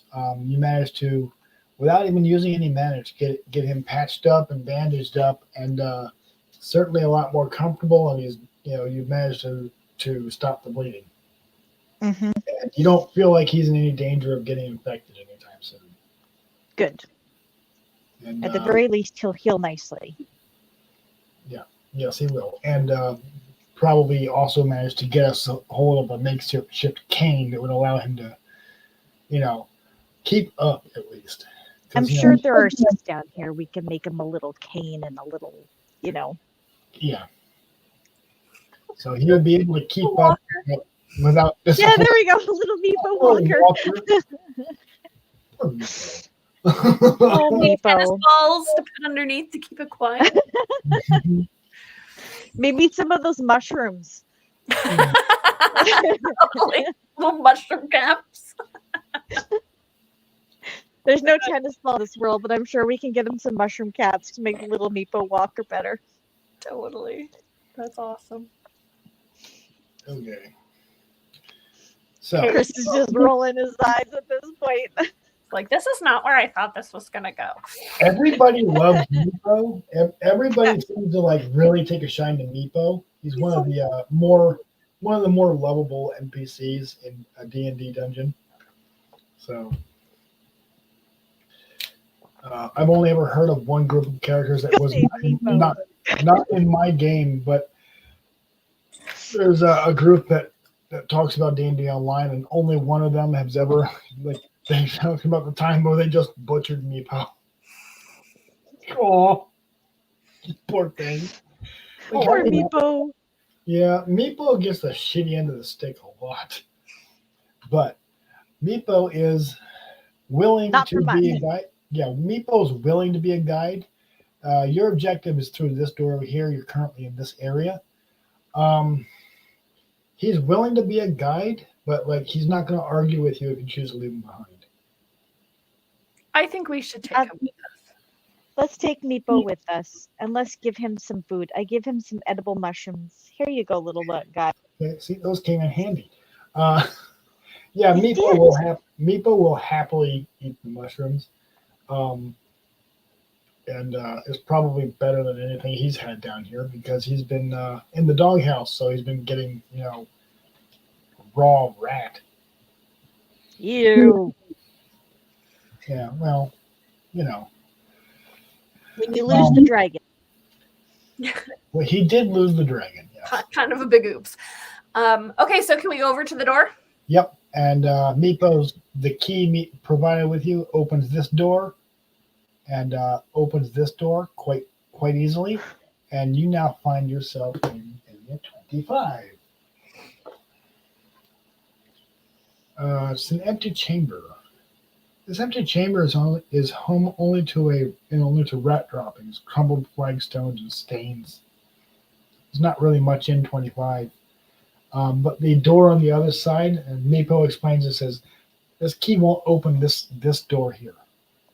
I don't know what's over there, but this door is, well, it doesn't need to be open because it seems to be sort of partially cracked open by an inch. There's a little bit of light from a heat source on the opposite side.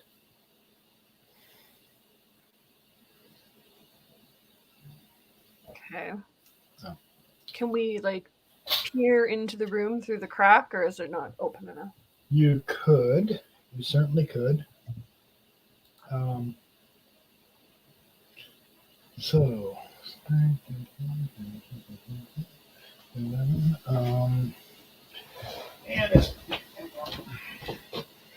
I need things.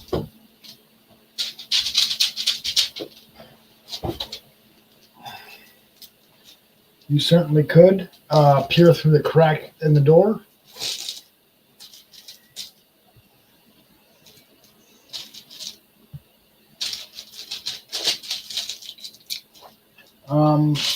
Would you like to do you just want to look one by one, or just one of you going to look, or are you both going to take a peek? I think we'll both take a peek. Okay. So through the other Go side. high, I'll go low. Okay. What you can see is an empty fountain right over here. It is dry and currently being used as a sort of makeshift fireplace. And you don't see anybody Fire in it? There is currently a small fire in it, which is providing light to this area and perhaps down the hallway here too. This door is closed, and you can't really. There's no light coming from the other side of it. So there's no like bad guys. There's no goblins in there. That you can see through the crack in the door. No. Okay. Okay. Can we stealthily enter the room? You may. Can I get you to make me a dexterity saving throw? Oh dear, you forgot to check for traps. Well, but we already stuck our heads through the door. Well, it's too late now. So. Mm-hmm.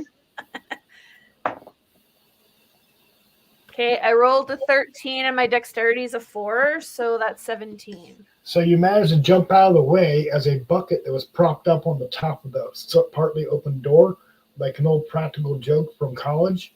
Yeah. Falls from the top of the door and clatters on the ground, spilling goblin feces and pee everywhere. Can't I It is just not- catch the bucket as it falls? Because I'm like, Make a reflex save. come on. Ooh, I rolled an 18. You now have a bucket of shit.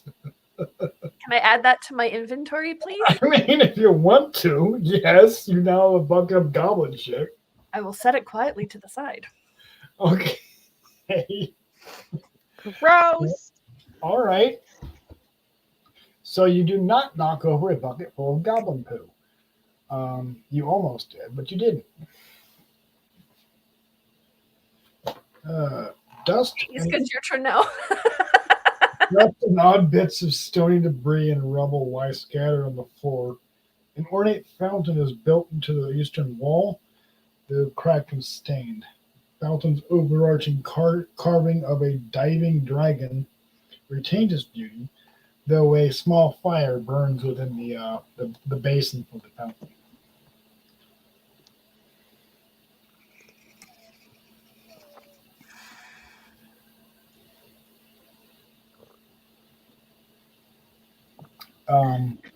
The western door is closed, and you find yourself in this hallway.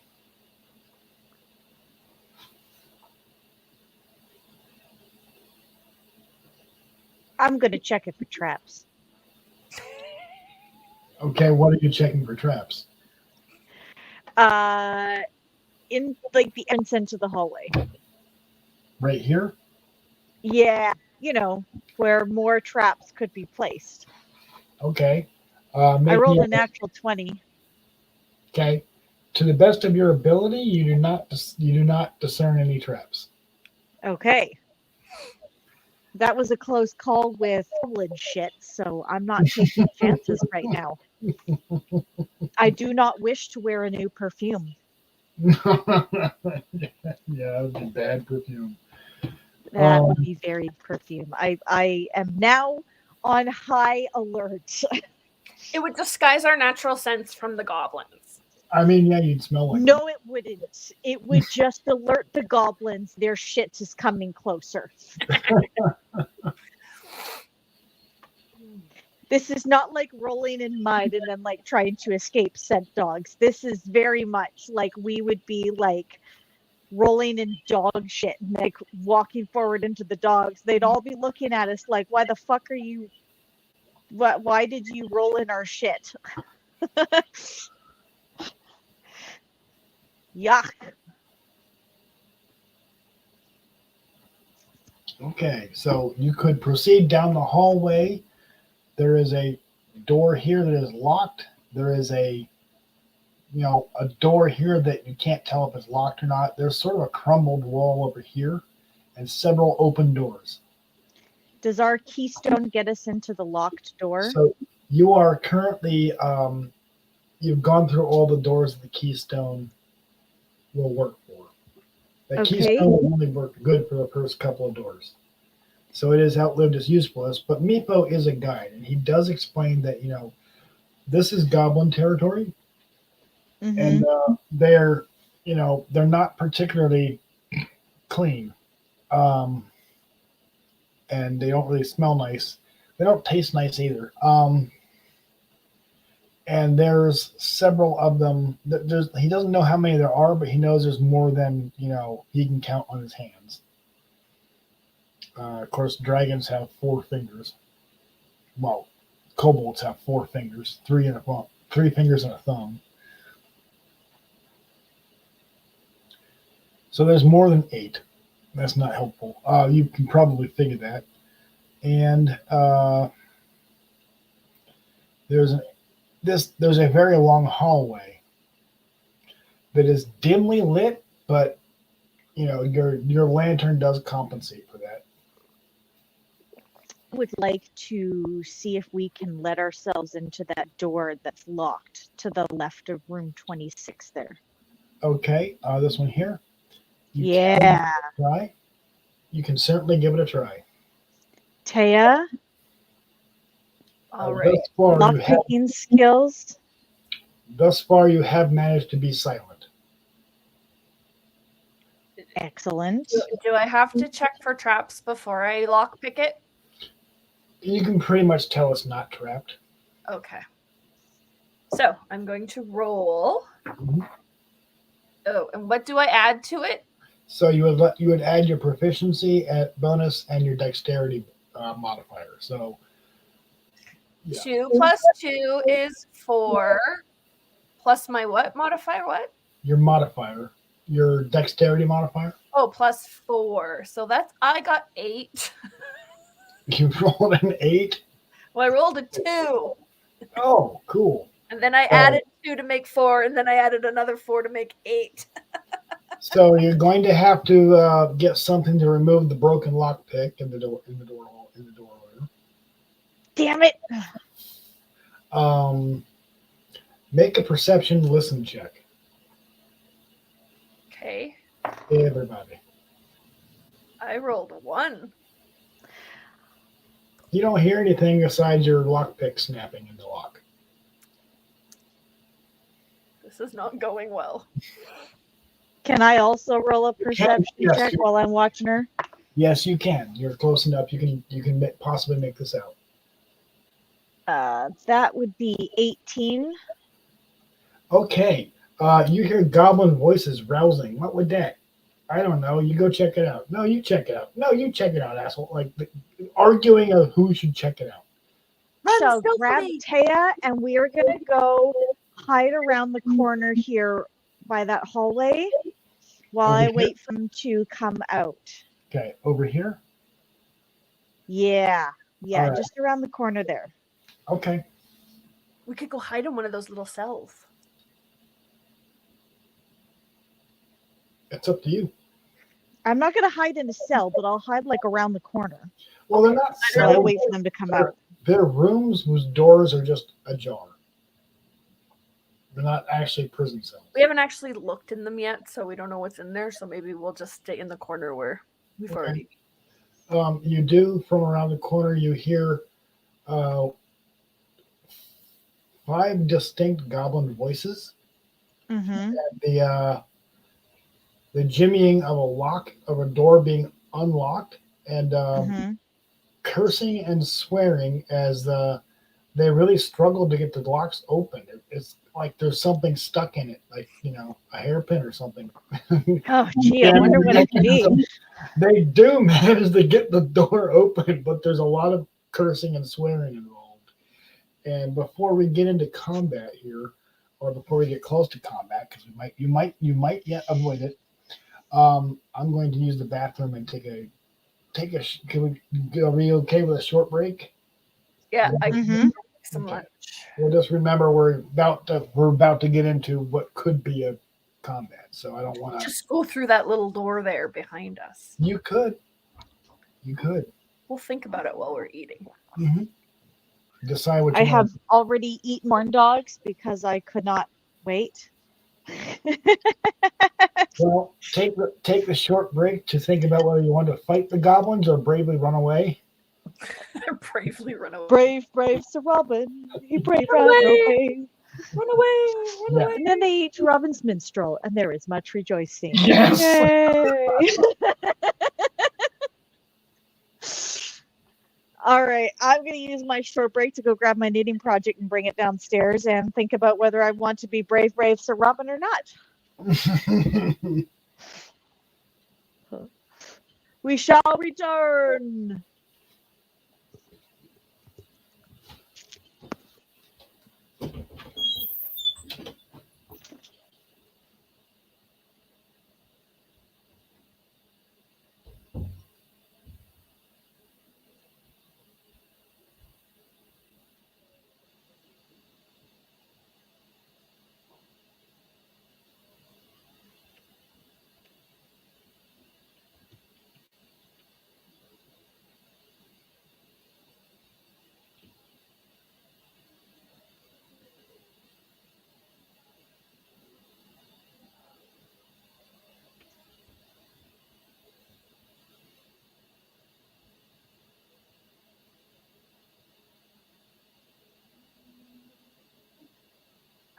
Mark needs to be changed over, my love dove.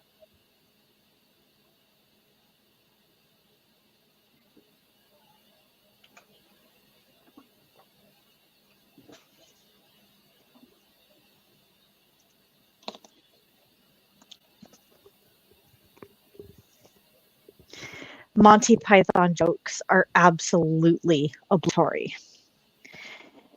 Is this where we also joke about in needing of oral sex and the spankings?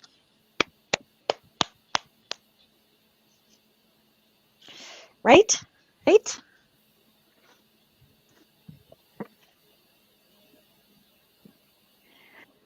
Knitting project has been procured.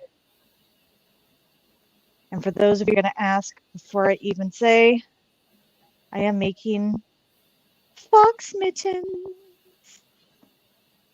Aren't they adorable? There's even a little baby fox on the thumb.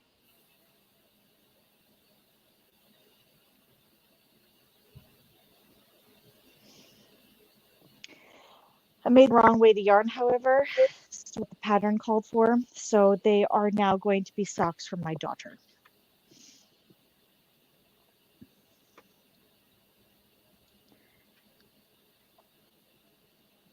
Or not socks, mittens.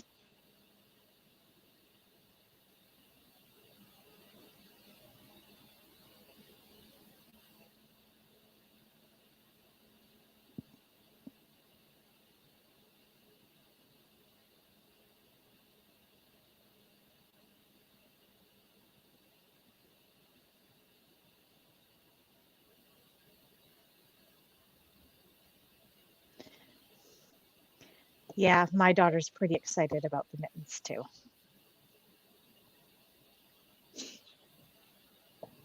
I was making them for myself and she was very jealous. And then I found out that I kept it on, but it is a very tight fit. There we go. I can get it on, but it's a very tight fit. So she'll use them and she'll be very excited about them.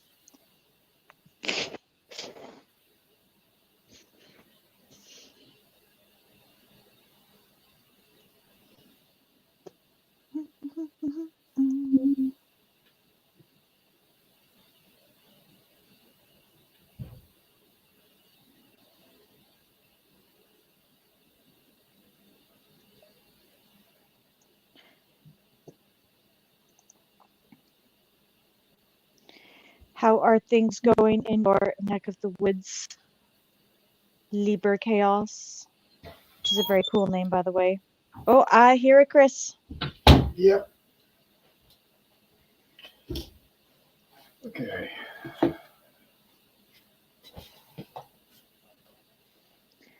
I now have brave Sir Robin stuck in my head. I know, I'm sorry. No, I'm not. Not brave Sir Robin. He bravely ran away. Yeah. Dun, dun, dun, dun, dun, dun. Yeah, no. I'm not mad. You're not mad? Okay.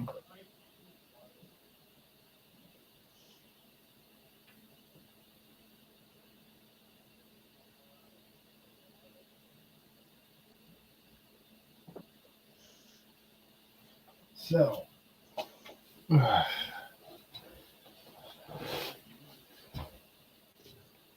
I don't know why. Well, Emily has a friend who wants to play, but you want to go out afterwards, so just trying to gauge. She can come over for a little while. Emily!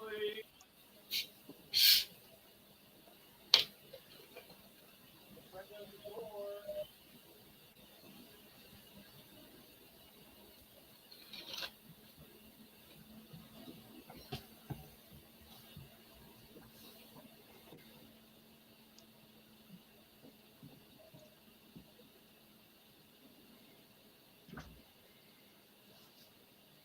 I'm ready when everyone else is, but we can take a few minutes to have a snack.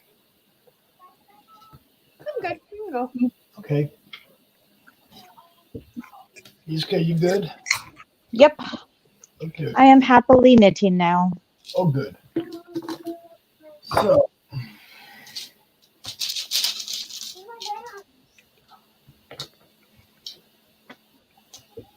Do we know how long we are continuing for, by the way?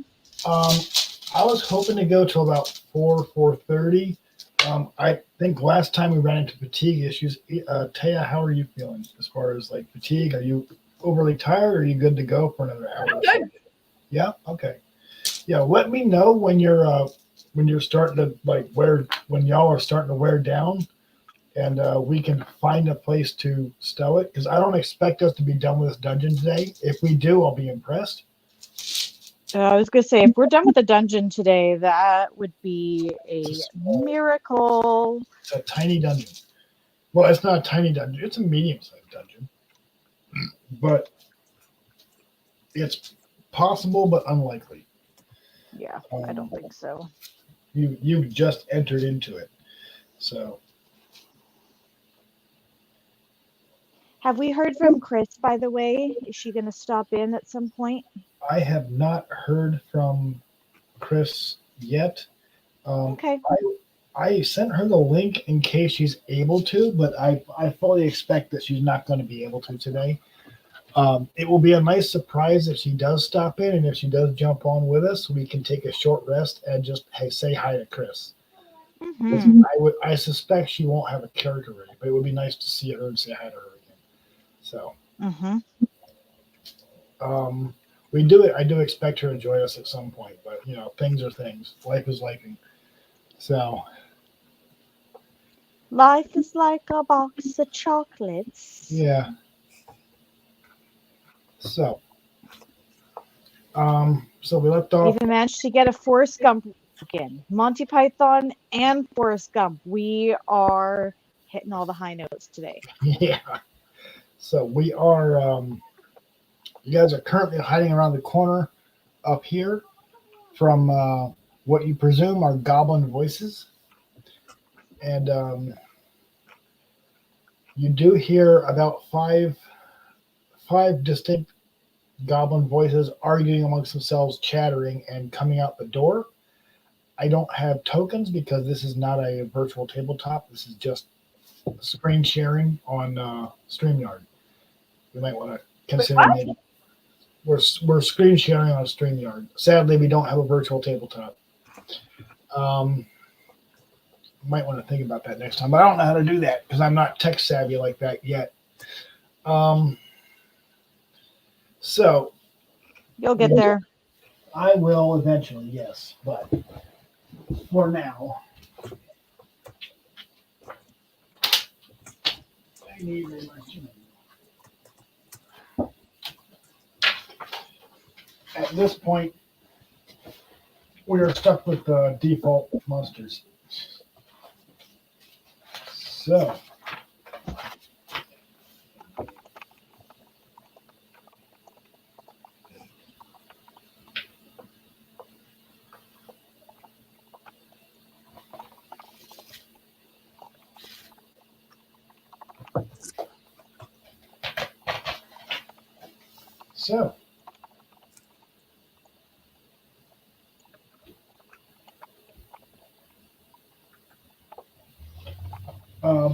and indeed, out the door do come about 5 goblins. One of them stays by the door. The other four proceed in two different directions in teams of two. One of them goes to inspect the door that no longer has a bucket of poo over it, and the bucket of poo has been set nicely to the side and strikes them as odd. So they are going to proceed south through this door. Okay, so that's 3 goblins now. Yep, there's now 3 goblins.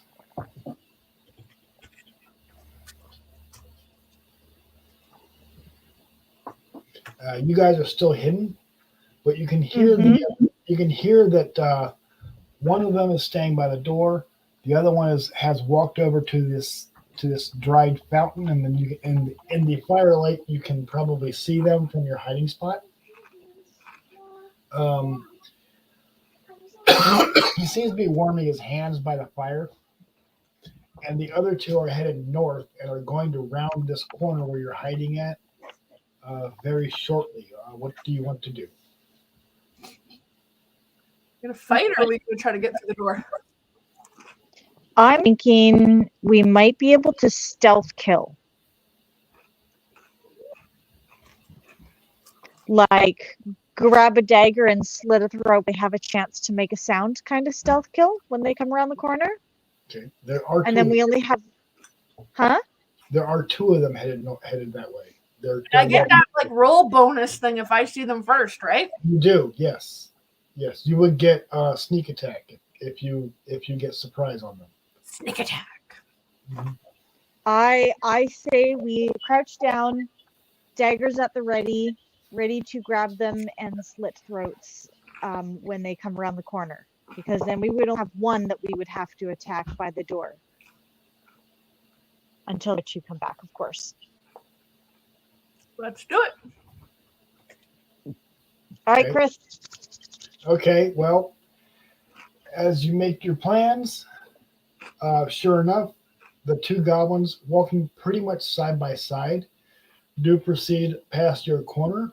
They are looking around. However, you get a surprise on them. All right, so Which is this where means- we roll to attack? You roll. You make your attack rolls. You don't have to roll initiative yet because you get the drop on them. Make your attack. All right, so with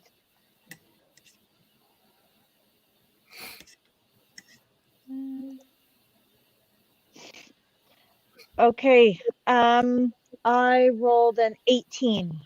Okay, that definitely hits the goblin you're targeting. Okay, Roll damage. 1d4 plus 3, and I roll the 4, so that's 7 points of damage. Woo! That is just enough to drop that one. Valeria, you can make your attack roll. Okay, I rolled a 16, Okay. and I can add an extra 1d6 of damage, right? Yes, you can. So you do hit. You roll your normal weapon damage plus a d6. So I rolled a 5. Okay. And a 1. So you I got 6. okay? Yep, you got a 6. So yeah, he's alive, but barely. He's probably too hurt to scream. Are you going to cover his mouth and try to prevent him from screaming, or are you just going to let him like bleed out because he only has he's almost dead? So Can I just like finish him off with a dagger? Just honk. after this attack round, yes, because we now need to roll for initiative.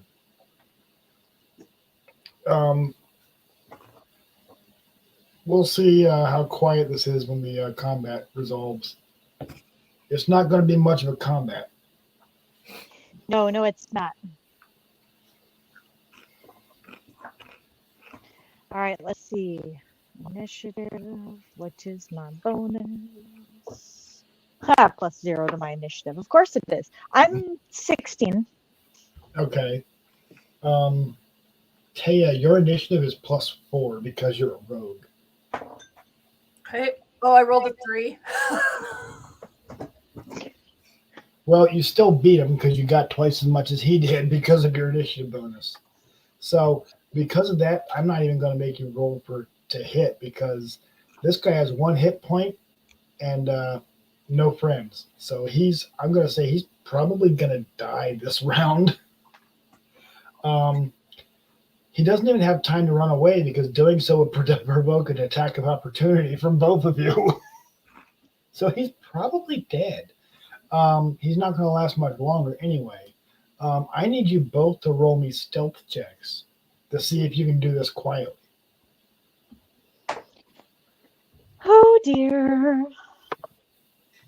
Ooh. What did I get? I rolled a 15 plus an 8 for stealth is 23. Okay, that. 13? Oh boy. Okay, so between Uh-oh. the two of you, there is some noise, and you get the attention of the one goblin that went to check out the fountain. He's really literally right over here. You probably didn't alert the guy that went south back towards where Meepo was, and Meepo is hiding in the corner over here somewhere. This goblin is now going to investigate, and he actually charges up this way to see what that noise was, and comes round the corner, and doesn't see you before he rounds the corner. So you do have surprise on him again. Let's do it. Let's try for round 2 of stealth attack. Can I sneak attack again, or I only get that once? No, you can do that as many times as you get to set up for it. That's the nice thing about rogues. They're not dependent on finite resources. It's dependent on situation. So a wizard would be running out of spells, but a rogue never runs out of sneak attack. It's just whether you're in a situation where you can use it or not. And if you have surprise, you can use it. All right. So And go this ahead is a and separate goblin, so it's a different goblin, yeah. So he doesn't know where you are. He's going to investigate and is apparently being ambushed. Okay. I rolled an 18. You hit. excellent. Holy crap, you hit. Then I roll a 4 and a 4. So I do 8 damage. You drop him. Yeah. Make me a stealth check to see if you do it quietly. 18 plus 8 is 26. Nobody hears a damn thing. So all Okay, four so goblins are now Can in a we pilot. search the bodies? You can. Can we search the bodies for key So you find a total specifically? of 3 gold pieces and a set of keys. Yes, keys. Valeria's dice rolls have been on point today. They're either on point or it's non-existent. Welcome to D&D. You're gonna pick a lot, but I rolled a 2. Like I said, we threaten our dice with bench vices and microwaves. So, because I was unable to find a player's view version of this map, it is marked with things like this. These indicate traps. So, to avoid We have to spoilers- pretend we don't see them. No, you don't, because I've moved them. Oh, you did? I was gonna say there wasn't a T over the one that I tripped. Was there? I have moved them to prevent the players from being spoiled for these events. And some of them I've just deleted because they're ridiculous and meant for a party of 4. I'd also like to point out that we didn't actually go into the room where I broke my lockpick that all the goblins were, but all the goblins are gone now. We could go back. That's true. Yep. Well, except for those 2 that went back the other way where the bucket of poo was. So It was one because 2 of them went south, and then one went over to warm his hands by the fountain, and the other 2 got ambushed. And then the guy that was warming his hands, at least he died warm. So now we want to go into the room to the left of 26, and we want to check that out. Yeah, effectively your lockpicking attempt indirectly opened the door. That's what I'm saying. Hey, let us do our keys. So that's what we really needed. Mm-hmm. The dice giveth, and the dice get away. Yeah.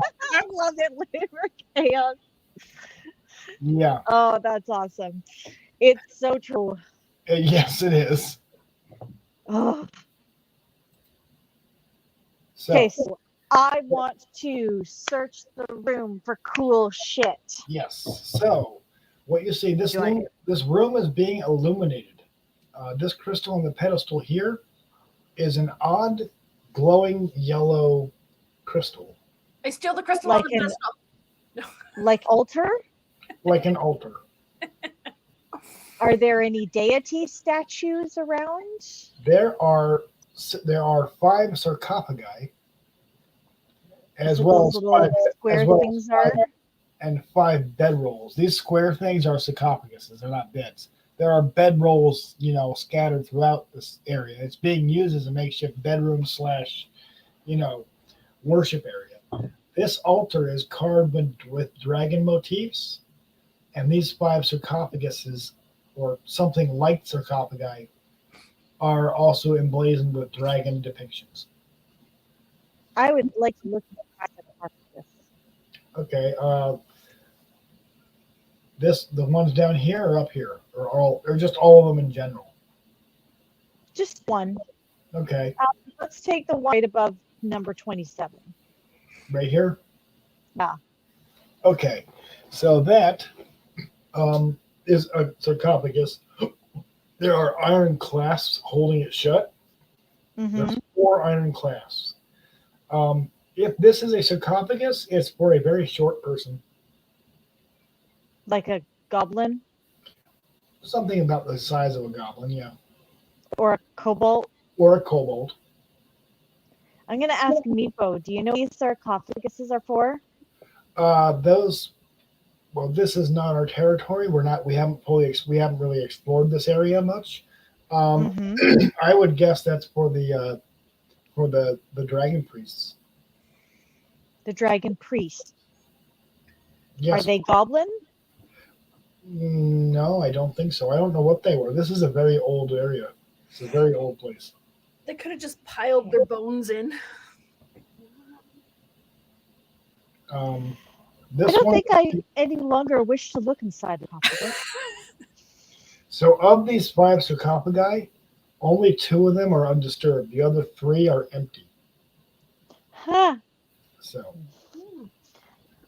Like undead dragon priests? you don't know. I don't think I want to know. Oh, come on, we gotta look.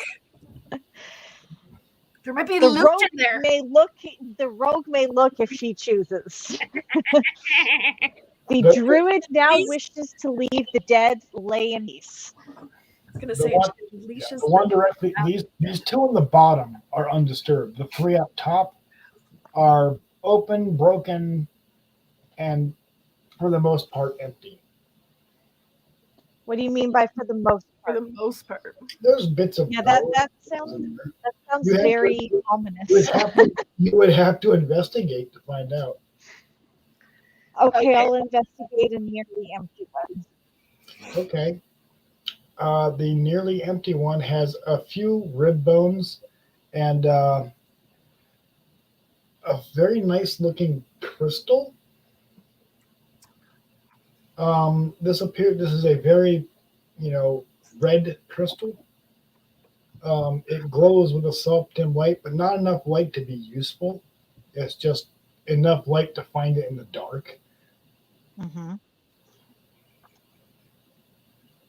But I would like to say we'll take the crystal. okay. As you go to reach towards it, your dragon mark becomes warm. Not hot, not painful, just warm. Like, as in it's resonancing with a dragon thing? You've never experienced this before. You're not sure what's going on. It's as if you're leaning up against warm, like if you're leaning against a car that just had its engine shut off. About that So warm. it's a pleasant warmth. Right. I will Well, take it's the neither crystal. pleasant nor unpleasant. It's just warm. And your mark does kind of begin to glow through your clothing. So as I've gone to take the crystal, not as I've actually taken the crystal, right? Yes. What happens if I touch the crystal? Just the tip. Yeah, that's what she said.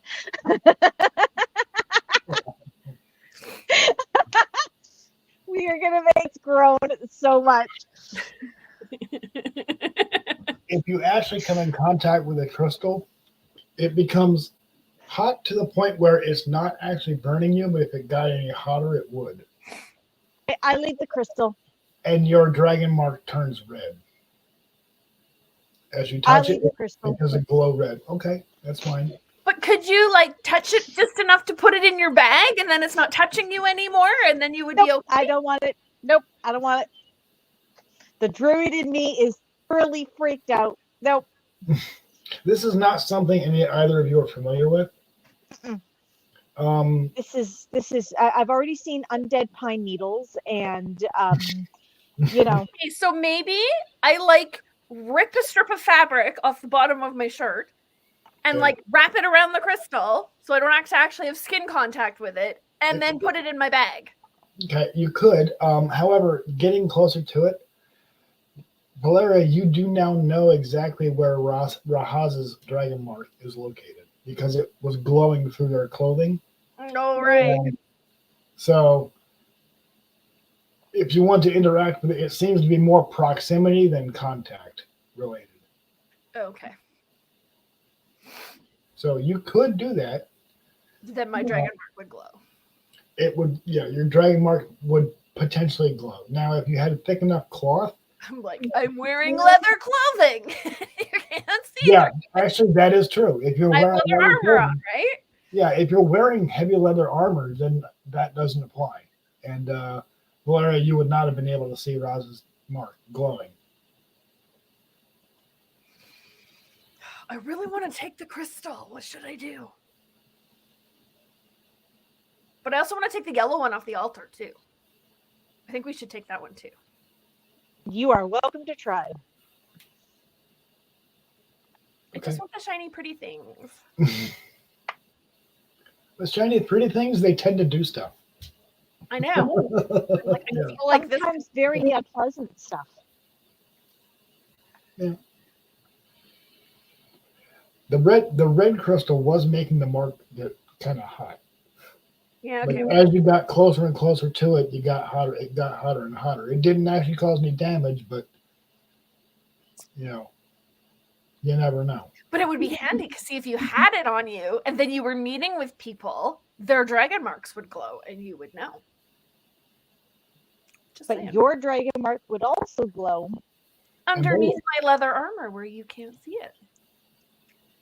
All right, fine. I'll leave the red crystal. You could take it if you wanted to. No, it's fine. Can I go look at the altar? You could. Now, this glowing stone is roughly the size of a softball. The red crystal was about the size of one of your D20s. It is illuminating the Like area. like Yeah, this roughly. size. Yeah. It's roughly that size. I already have it. It is glowing with an amber light, and this one is enough to illuminate the room. So, in fact, that's what the illumination in this room is I'm that trying to make my candle make it grow with an amber light. It didn't work. Tried. Do we notice any effects coming off of this crystal that we can? as you get closer, your dragon mark does change temperature, but it's not as extreme as the red crystal. And it does begin to glow with a yellow light. It matches the crystal color. Oh, interesting. But you When would I only touch know that if you peeked under your armor. Go ahead. If I touch just the tip, what will happen? So it doesn't get uncomfortable at all. It is noticeable. It's like instead of getting hot, it gets like wintergreen cool. Like if you get like Minty, tingly, cool. yes, it's not cold. It's like a minty refreshing. Yeah, sort of, but it's not, and it's not overly distracting in any way. But it does start to your mark does start to flash and get a little bit bigger if you were to look at it. Mine on my arm, Okay. so you can see it as I get closer through my clothing. Okay. Yeah. We do have detect magic scroll, Libra Chaos. However, I don't think we need to use it to detect magic because it's pretty obvious that this is magic. Yeah, this is really obvious. No, Now, none of us need the scroll for this. This is really obvious that it's a magic. this is like looking at a cat and being like, should I use a detect cat scroll? Yes, it's a cat. So these, you do notice that these are different from the dragon shards you interacted with before. Remember last I mentioned to you that there was a purple dragon shard in an elevator. These are that was kind of a rough crystal, and it was it wasn't made to be, to do anything other than provide power. These seem to have been crafted to do something specific. The one on the altar just seems, maybe it does, it's a light source. Who knows? If you wrap it up in like some fabric, does the light go dim? It would not shed as much light. You could block it, like if you were to wrap up like a flashlight that's on in a fabric, it would do the same thing. Mm-hmm.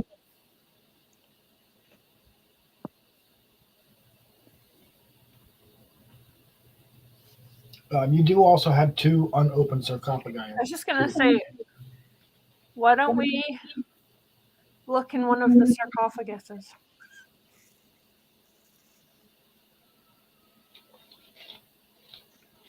See what else. Okay. Okay. It would be it would be a strength check to break the clasps. They're not locks. They're just restraint, like retaining pin, like retaining clasps. But they're kind of rusty, and you would need to make an effort to break them. But I don't need you to roll because you have a crowbar in your thieves' toolkit. If you wanted to get it open, you could get it open.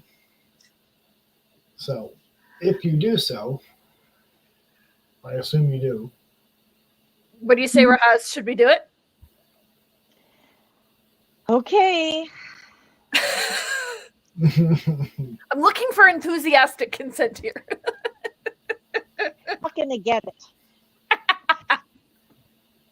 Non-enthusiastic consent is the best you can hope for, right?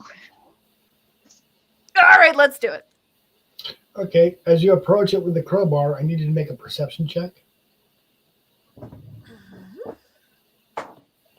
Knew this. I rolled a 20.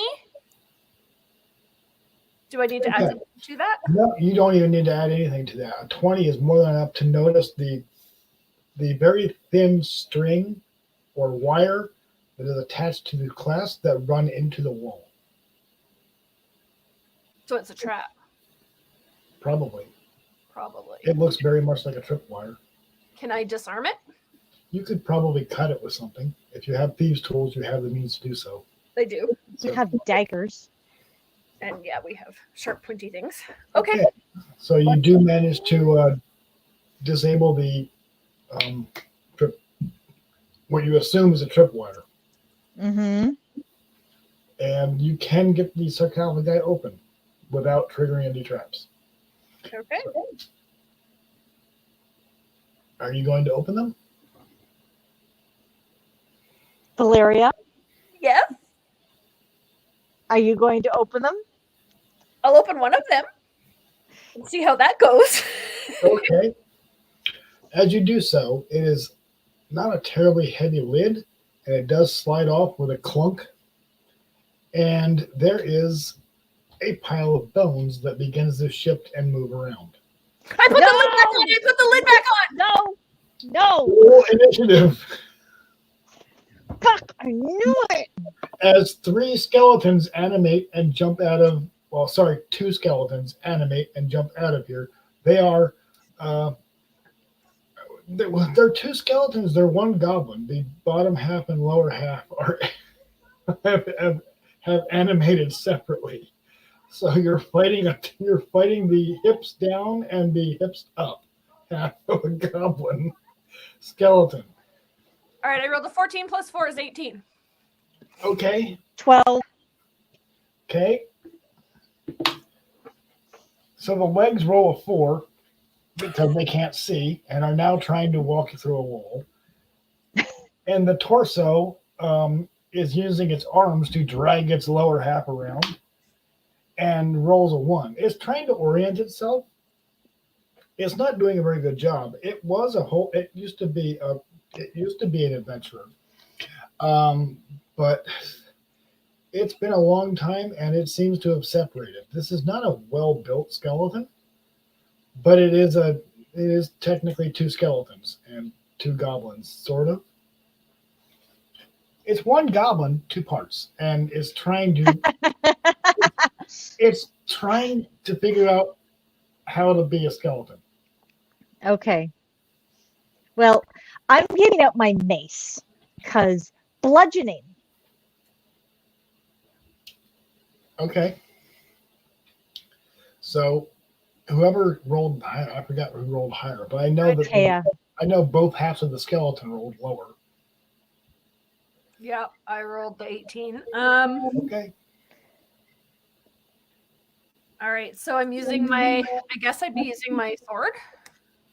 You could. Because what else do I have? 2 daggers, a short bow, a short sword, and a bludgeon. All right.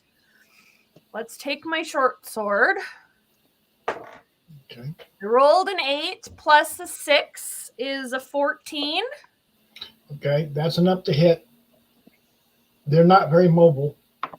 And then my damage is a 1d6 plus 4. Mm-hmm.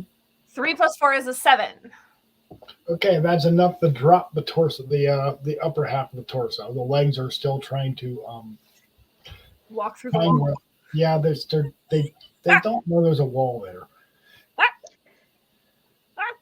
You ever play Minecraft? And one of the monsters gets stuck on a block or something, and it's just walking. That's what's happening here. Oh, I can see it. Is a 14 enough to hit? Yes. Okay, we're gonna go with old golf techniques with my mace to bludgeon apart the legs. Roll damage. What do I roll for damage? Is it a d6? It's a d6. Excellent. 6 plus 4 is 10. 10? Yeah, you've crushed it. Yep. This wasn't a particularly difficult encounter. It was just No. I need you to make a perception check, though. Because there's something glowing inside that sarcophagus. 16. Okay. There is another much larger crystal glowing inside the sarcophagus. It is glowing red, and it is interacting with your dragon mark in much the same way as the other red crystal. But this one is roughly the same size as the crystal on the altar there. Altar. Mm-hmm. I'm not taking it.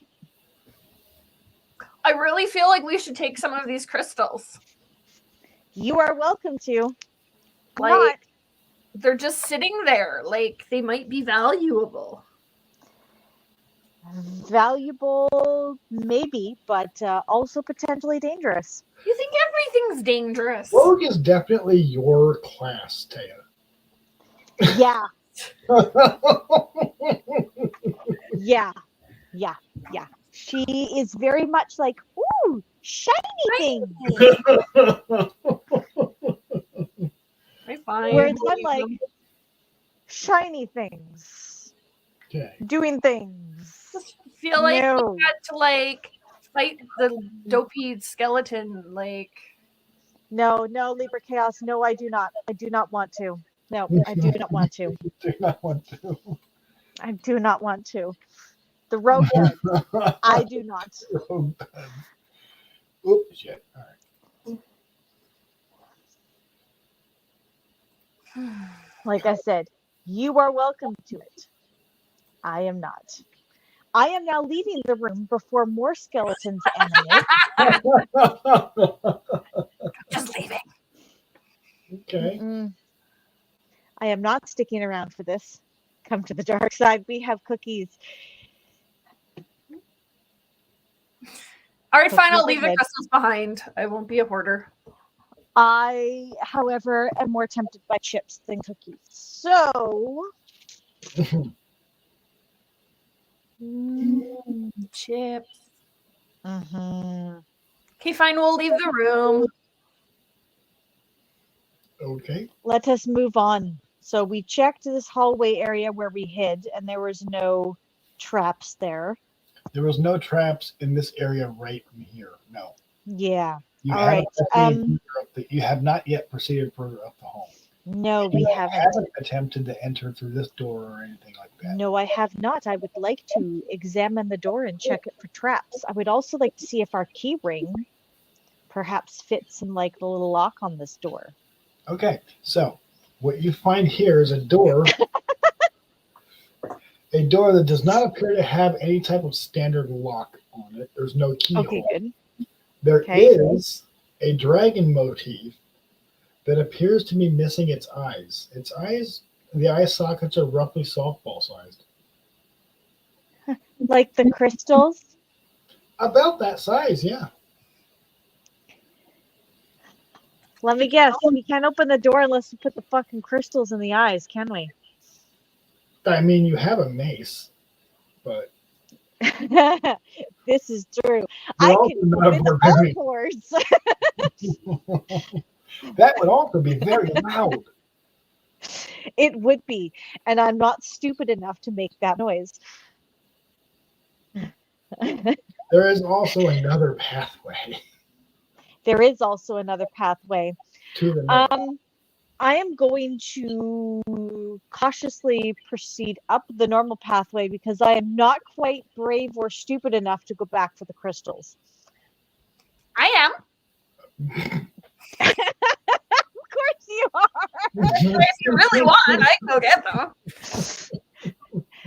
This is a risk you are taking entirely on your own, Valeria. Oh, All good. Let's go up north. Okay. You can go up north. Whatever's in 31 looks a little sketchy, so I'm like, we'll go north. except you don't know what's 31 because you can't see that. Totally. What you said. Okay. As you head north past the number 28, what is everybody's passive perception? I rolled 17. I don't know. Oh, 16 is my passive perception. Your passive perception. Okay. Yes. What's passive Oh, It's on your character sheet. 11. Okay. So, who's leading? Who's taking the lead? Me. Oh, Rahaz. Roz? I love how Teovala told me. So, She wanted to go north, so we're going north. Roz, you stop yourself just shy of a pressure plate. Excellent. What does the pressure plate lead to? Look around. Well, the mechanism is underneath the pressure plate, so you can't tell. Yeah, but I'm like, you know how like in Indiana Jones, he like looked and he could see the little spots where like the little I was gonna, darts would come out. Like, do I see those types of you things? can't see the mechanism, but you can see at the end of the door here, of the hallway here, this Mhm. door, there's a doorway arch here. Mm-hmm. There's a dragon head motif above it with its mouth open and what seems to be a barrel in its mouth. Yeah, I don't want to cut off that trap. Okay. The pressure plate takes up this entire area, this entire 10-foot square here. Oh So, shit. Yeah. Come on. You can. Oh, can I Valeria, acrobat Can I over it? yeah, Valeria, you could probably jump over it. Yeah, Actually, Valeria really probably quick, could. jump. I So, don't think I could. right, so the way jump works is you can jump a number of feet from a dead stop. You can jump half of your strength score, not the let's see, where's your strength? Not the +0, but you'll be able to. So, Valeria, you can jump 11 feet with strength. I do also allow dexterity for these because you're a rogue. So you'll Yeah. be able to jump. You can jump a maximum of 18 feet with a running start.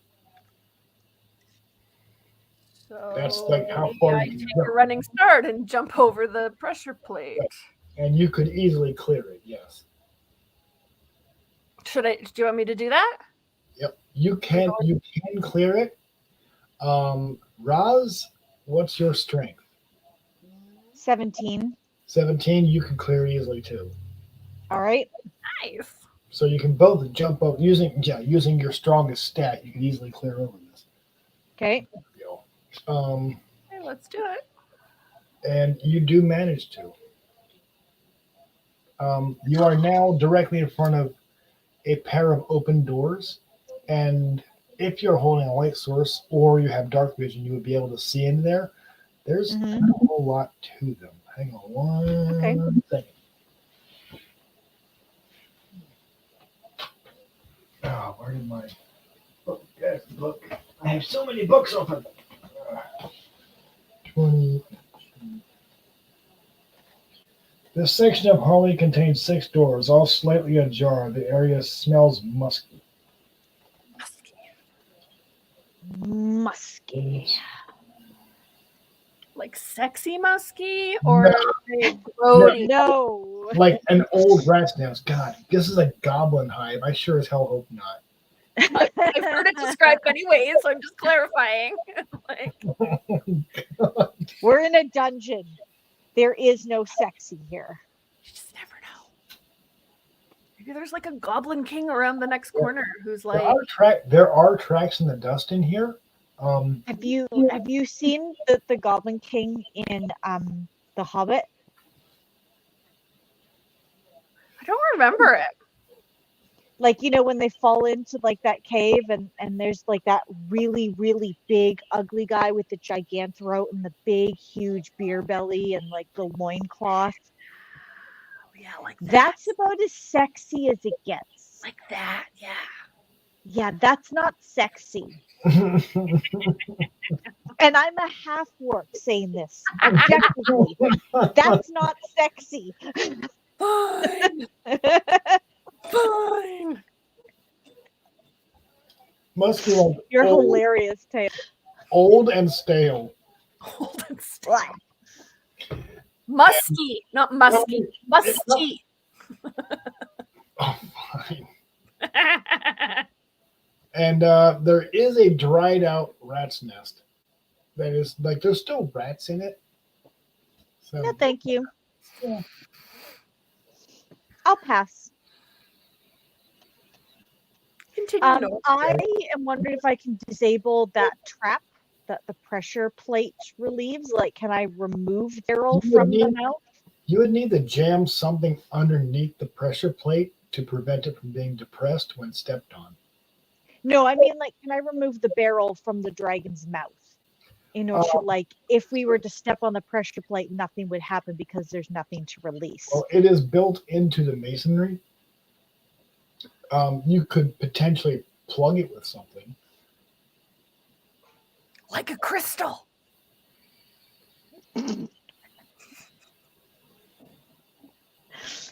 I will look into the top 2 rooms there, and I'll see if there's anything I can plug it with.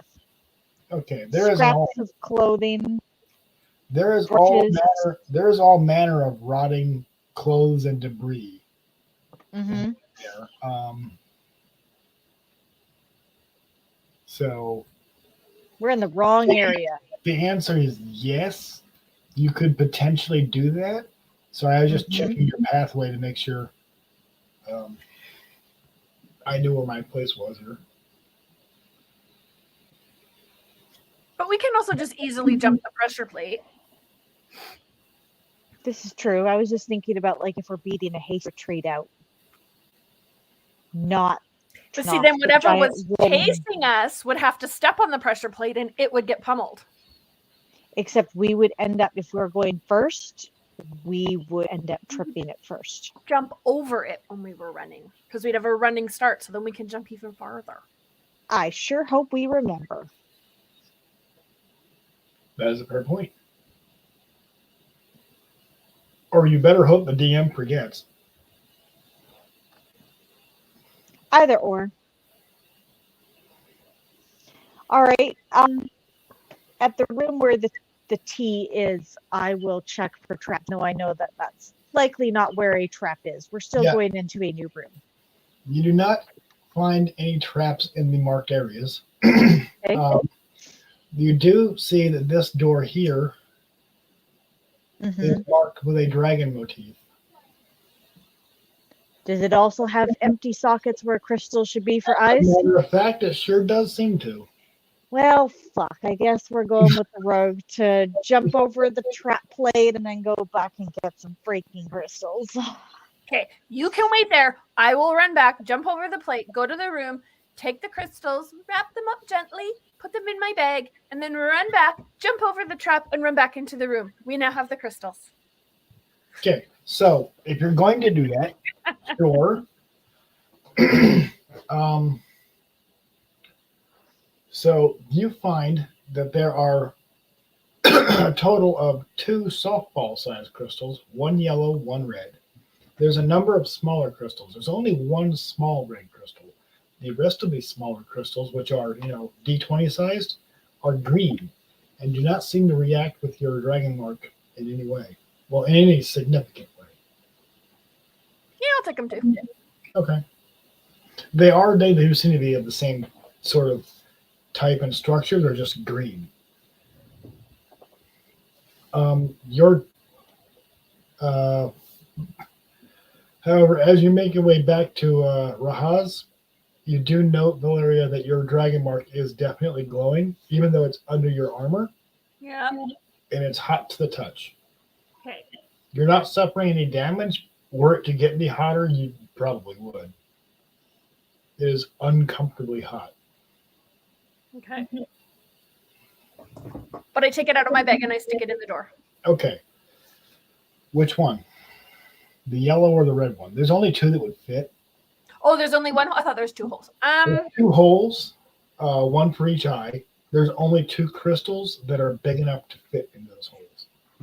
Okay, so Which one do you want to put where? what do you think Rahaz? I feel like the left eye would be like the evil eye that we put the red one in, and the right one would be the friendly eye that we put the yellow one in. Sure, look at that. We got like a 50-50 chance, so okay. Pretty much. Okay. So as you put them in the door, so which side are you putting the yellow crystal in? So facing the door, the yellow crystal would go on the left, which is the actual right eye of the dragon. From your perception, yes. You're putting it in the left side or right eye? Yes. Okay. I need you to make a reflex save. So I roll a 20? You roll a 20 and add your dexterity bonus. I roll and I add an 8 to be 14. Okay. Rahaz, where are you standing? Rahaz, where are you standing? Behind her off to the side a little bit. Okay. So, are you I within? never did like this plan. Are you within this area here? Pardon? Are you No, I'm within on the other side. I'm like indicating like down lower. Okay, Roz, you watch as Valeria narrowly dodges out of the way of a gout of flame coming out of the dragon's mouth. So the yellow crystal made about a flame.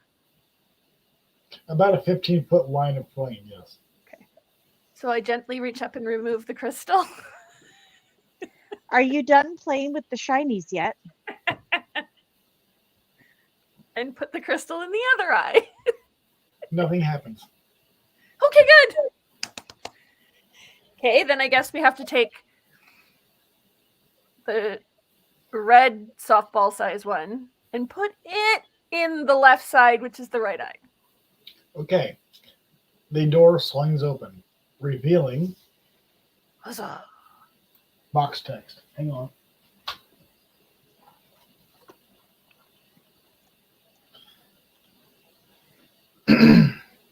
Mama Rat.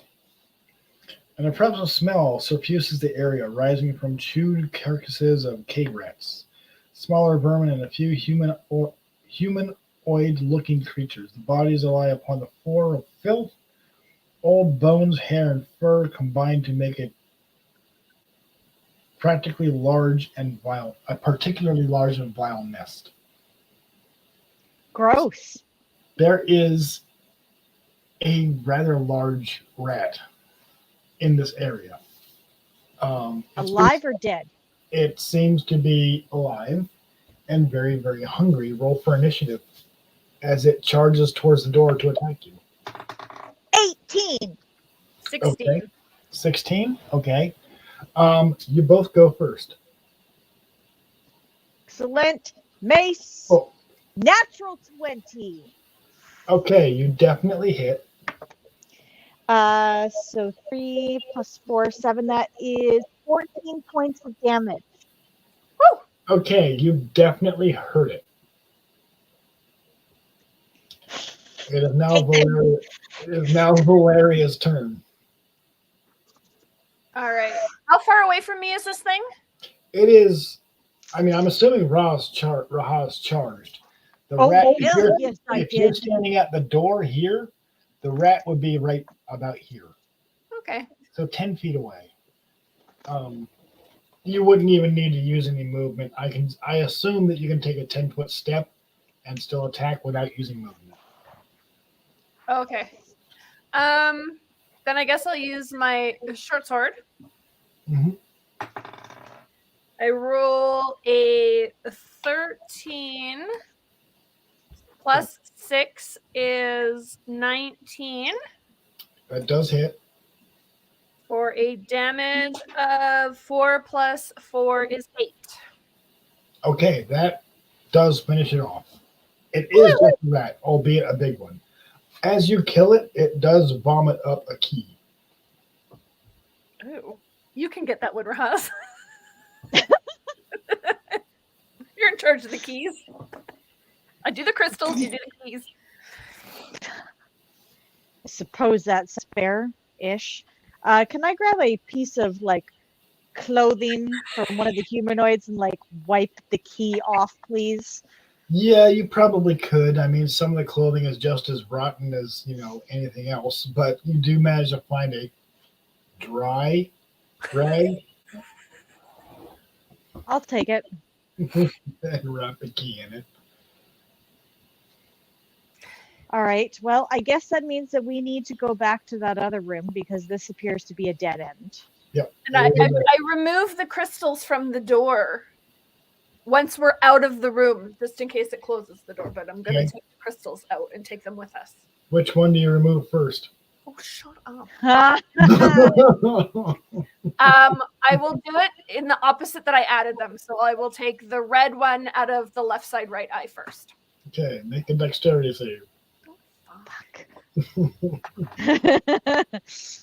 13 plus I have, what's my dexterity? +4. Plus 4 is 17. Okay, you manage to dodge out of the way. It's a 15-foot long gout of flame. You just kind of, as a flamethrower, the flame fire-breathing dragon spits at you again. And because the door is open, it now fires flames into this room full of, dried, rotting, and decaying clothing and, other alpha materials. So you've managed to set fire to to corpses that are rotting. Ew, the unholy stench. Yeah. Ew. Are you done playing with the crystals yet? Now I reach up and grab the other crystal out of the door, and the flame should stop, right? Okay, as you do, the door, the flame does turn off, and the door closes. Cool. We're outside. We were outside. However, smoke is coming out through the cracks of the door. It doesn't smell good. Yeah, I'm there's sure the door being closed means that flame will be smothered as it's reduced of oxygen pretty quickly, but still nasty. Yeah, see, we should have brought the bucket of shit with us. We could have put the fire out. Oh, saying. gross. No. I mean, technically it might work, but goddamn. These are like no fun. It's a good thing you're playing a rogue. Oh my I god. just knew it would be a good fit when I read about rogues. Oh my god. Mm. This is so that's funny. You managed to set fire to at least one room in the Sunless Citadel.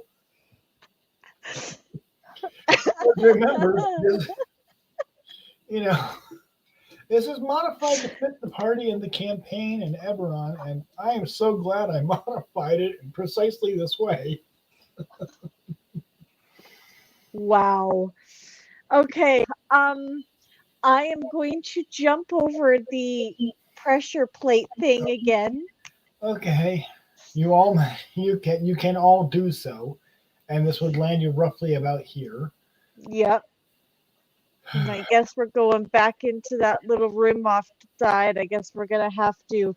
What was the right order of which you put those crystal eyes on that door again? The first door? Yellow in the right side, which is the left eye. But when I do it, I'm going to crouch down and gently reach up and pop the crystal in.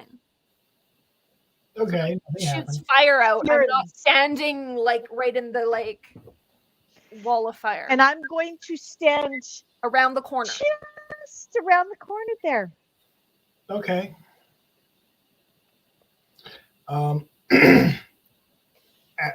Which one are you doing first?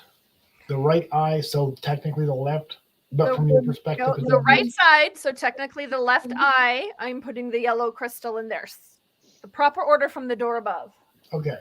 So this Yes, one's either got to be opposite or the same. So we'll go with the same. As you put the crystal in, nothing happens.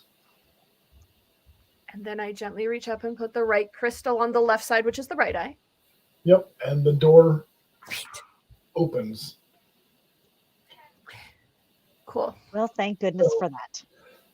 And you are confronted by three skeletons, which are inside this room here. Are they moving? They are. Okay, mace at the ready. So, roll initiative. 19. 7. Okay. Because I'm still crouched on the floor from putting the crystals in, so I'm a little slow. So it's That makes Roz, sense.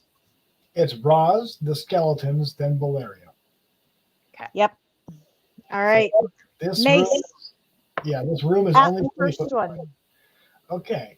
What'd you get? And that is 17. I'm assuming that hits. Yep, it does. 6 points of damage. 6 points of damage. Okay. That does do something. Mm-hmm. It does do something. You can tell this one skeleton is not particularly happy. I would be either if I was hit with a mace. So It's now the skeleton's turn, and the one that you attacked is going to attack you back with a rusty short sword, and he's my going armor to, class is 12. well, his rusty short sword is a bit too rusty. He is unable to remove it from his. He misses horribly. He rolled a 1. Okay. Handle falls off. Yeah. It's a very rusty short sword. He rolled a natural 1. Yeah. The- Things do not happen when you roll a natural 1. There are two other skeletons, however, and one of them is going to take a shot at Valeria. Gosh, does a 6 hit?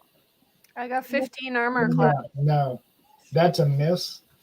And the other one's going to take another swing at Rahaz. 6. Nope, that does not hit Probably my armor doesn't class. hit. No, it is now Valeria's turn. All right, so we're going with the short sword. Oh, it totally fell in my lap. Oh, I roll a 6 plus a 6 is a 12. That's it? That barely misses. Barely. Oh. Boo. I swing and a miss. You do have a movement action if you wanted to use that, if you wanted to reposition yourself. I'm assuming you're at the door in the door area, right, roughly around here. You can reposition yourself. All the skeletons are right in this area here. We're day drinking. Oh dear. So, like, where would I reposition myself to? Like, go back through the door? You could retreat or you could advance inside because where the skeletons are. You would not provoke an attack of opportunity if you hug this wall. You could just reposition if you wanted to on your turn, or you can just pass the turn on to Rahaz and let them do what they're going to do. You don't have to move. You're not required to. Maybe I'll, like, hug down into this corner so nothing can get to me at my back. Okay. Go right ahead and do that. Like, I'm assuming down here? Yeah. Okay. Oh, yeah, sorry, you can't see my cursor. No, over here? I Yeah, think right? Like, back myself into the corner so that nobody can sneak up on me. I think next time around we need to maybe get ourselves set up on Roll20 or something so that we can all have like a virtual tabletop to interact with. That way I would be able to see what you're doing and you would have little minis to move around on the screen. That'd be kind of cool. Yeah. Ooh, super cool. All right, Rahaz, your turn. All right, I'm swinging with my mace again. Shit, I rolled a 2. So I still +6 to that, so that's an 8, but I doubt that hits. No, it doesn't quite hit. No. No. So, well, there's only 2 skeletons left. You did manage. Wait, is there? No, there's 3 now. No, Yeah. there's 3. There's I 3. haven't taken the first There's one out 3, yet. but the first one is wounded. The first one is wounded. That's right. It's just a flesh wound. Oh wait, he has no flesh. It has no flesh. Rahaz, does a 15 hit? Yes. Okay. You take 6 points of damage as you are hit by a rusty short sword. The second skeleton goes. I'm assuming a 4 misses Valeria. Yep. And Roz, does a 13 hit? Damn it. Yep, just hits. Okay.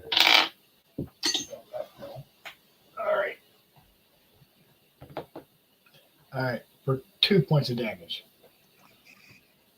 All right. Okay, my go. Yes, it is your go. Ooh, I roll a 16 plus 6 is 22. That definitely hits. Go ahead and roll damage. Damn. My damage is 2 plus 4 is a 6 damage. Okay, the last skeleton drops. Well, the first skeleton drops. The one that was already hit, I'm assuming. You Sure. now have 2. There are now 2 skeletons remaining. Just kind of falls. A 1, a 2. What are you doing? You know, like how many licks does it take to get to the center of a Tootsie Pop? A 1, a 2, 3. You're just off screen and you just started randomly counting. I'm like, what is Yep. I have ADHD. One thought leads to another very different thought. That's okay. I have CRS, so that's okay. What's that? Can't remember shit. Huh? Okay, so is it my turn? It is now your turn, yes. There are 2 remaining skeletons. 15. Does the 15 hit? 15 does hit. Roll damage. Excellent. That is 7 points of damage on skeleton numero 2. Okay, that definitely hurt him. He's holding on by a thread. So it is now the skeleton's turn. I think. Yeah. Does a 10 hit, Valeria? I have 15 armor. Yeah, that doesn't hit. 4 doesn't hit you either. That one doesn't count because there's only 2 skeletons This left. sounds like this guy shoots like a stormtrooper. He kind of does, yeah. Well, they're skeletons. We're fucking invincible. Yeah. No. Tell yeah, that guy Good 6 points idea. of damage. Now I'm Or gonna 7 roll points and of we'll damage. find out just how. Floor dice. Drink up. 20! I rolled a 20. That definitely. Woohoo! That's a Double crit. 6 is 26. So you rolled a crit. 2 games in a row, Taya rolls a crit. Excellent. We've both rolled crits now. And then I we do rolled a damage. crit earlier today. Do I still roll damage or? Yes, Yeah, do you rolled roll double damage. and then you double the result. That's why crits are such a big deal in D&D. I rolled a 2. Oh, 2 plus a 4 though is a 6. 6. Mhm. So you rolled 12. So you got 12 points of damage. And the skeleton just kind of scatters across the floor in a shower of bone. Kind of like, taking a bunch of dice and just going skeleton pieces everywhere. Mhm. We still have 1 left. There's 1 left, yes. And I believe it's Rahaz's turn now. Yes. It is. 18 plus 6 is 24, so I'm gonna just roll damage. And that's 6 plus 4, so that's 10 points of damage. And the last skeleton crumbles to the floor. Crits are all fun and games until the dragon does it to you. Yeah. Yeah. Exactly. This is why I don't want to encounter it again. Oh, come on, it could be fun.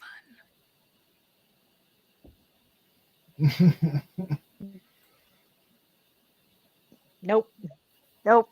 No dragons, please. Just pretty embossings of them, not real dragons. I mean, these crystals that I recovered from my candle when I lit earlier, those are 4 real chunks of amethyst, Nice. which need to be soaked in some boiling water to get the rest of the waft. All right, so what are we doing next? We killed the skeletons. Is there anything else going on in the room?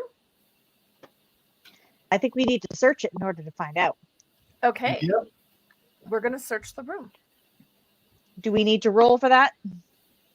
You can make a investigation check. Yes, you can.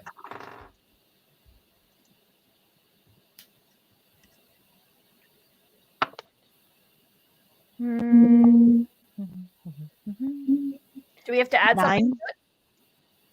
Investigation is a skill. Investigation is a skill. So you would add if you're proficient, add your proficiency bonus. If not, it's your intelligence plus a d20.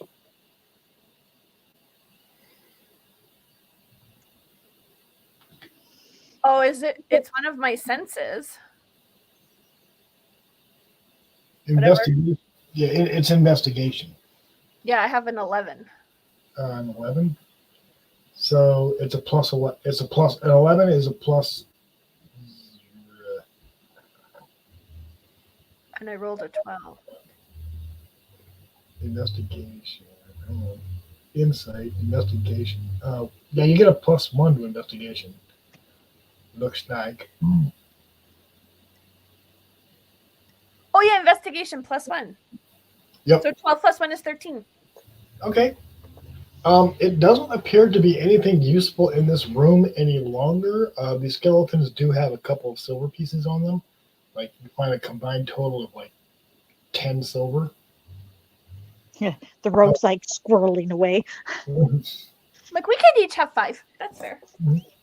And the door to the north in this chamber doesn't appear to be locked. Appearances are deceiving. I would like to take a closer look. Okay.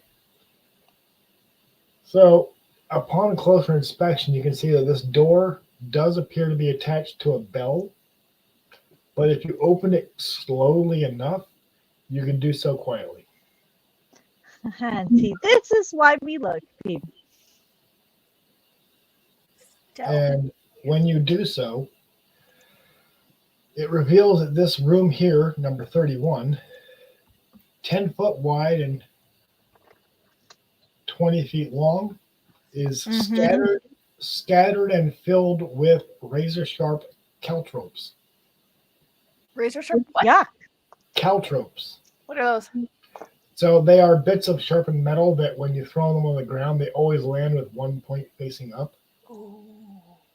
You know, like on like see like those D-Day reenactments of like World War II, those really big like metal spiky things that they covered the goods in.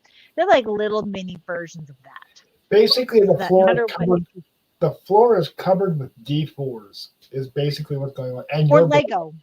Yeah, or little Legos. Lego landmines. Yeah. But yeah, I know you're a little mom, Taya, so you know exactly what I mean. The floor is covered in Lego landmines. Fair enough. These are sharp enough to puncture footwear. Yes.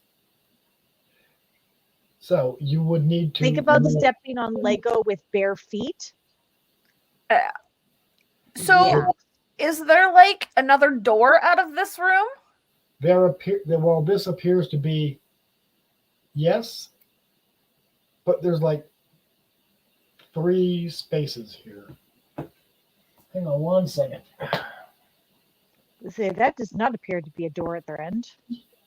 Yeah, I'm like, I'm not going in there if I can't get out of it. But I'm guessing there. Right, there is a gate. So this is Gate. a Okay. portcullis. This is like a portcullis. Okay. So it's- Up or down? It is down. could we grab like a bow or like a bone from the skeleton and like sweep the little things to the side? Sure, yeah, you sure could try.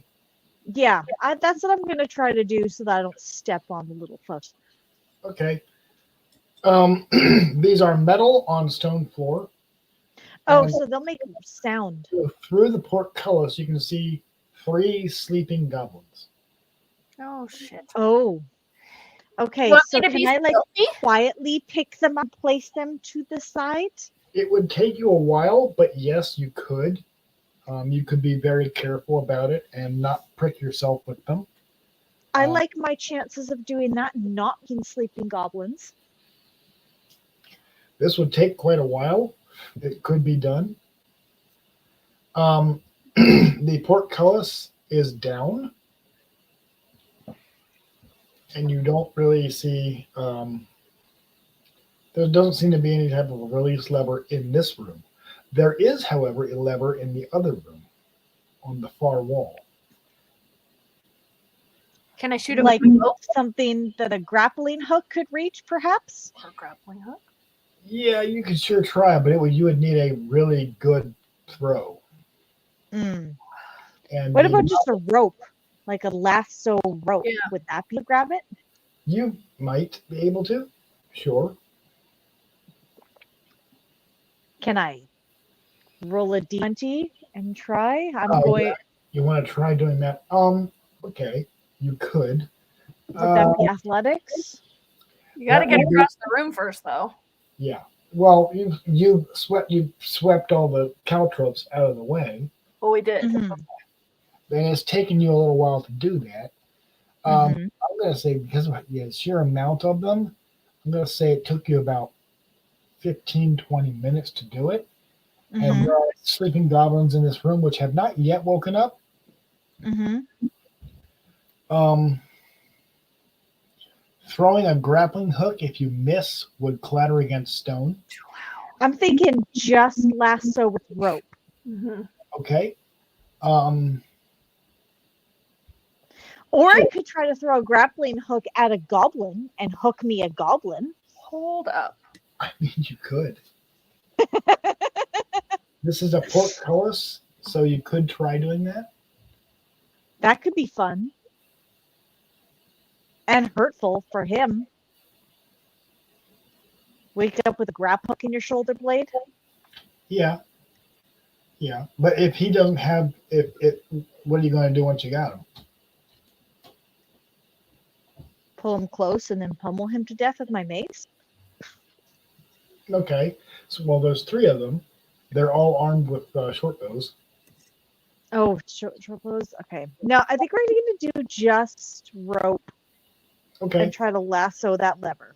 You can make a dexterity-based ranged attack. So basically, you're making an attack roll against the lever with your rope at okay, disadvantage. so I rolled a 15. At disadvantage I because have. the colors in the way. Oh, I have to roll disadvantage? Okay. Yep. Come on, roll natural like 16 or 20 as my second roll.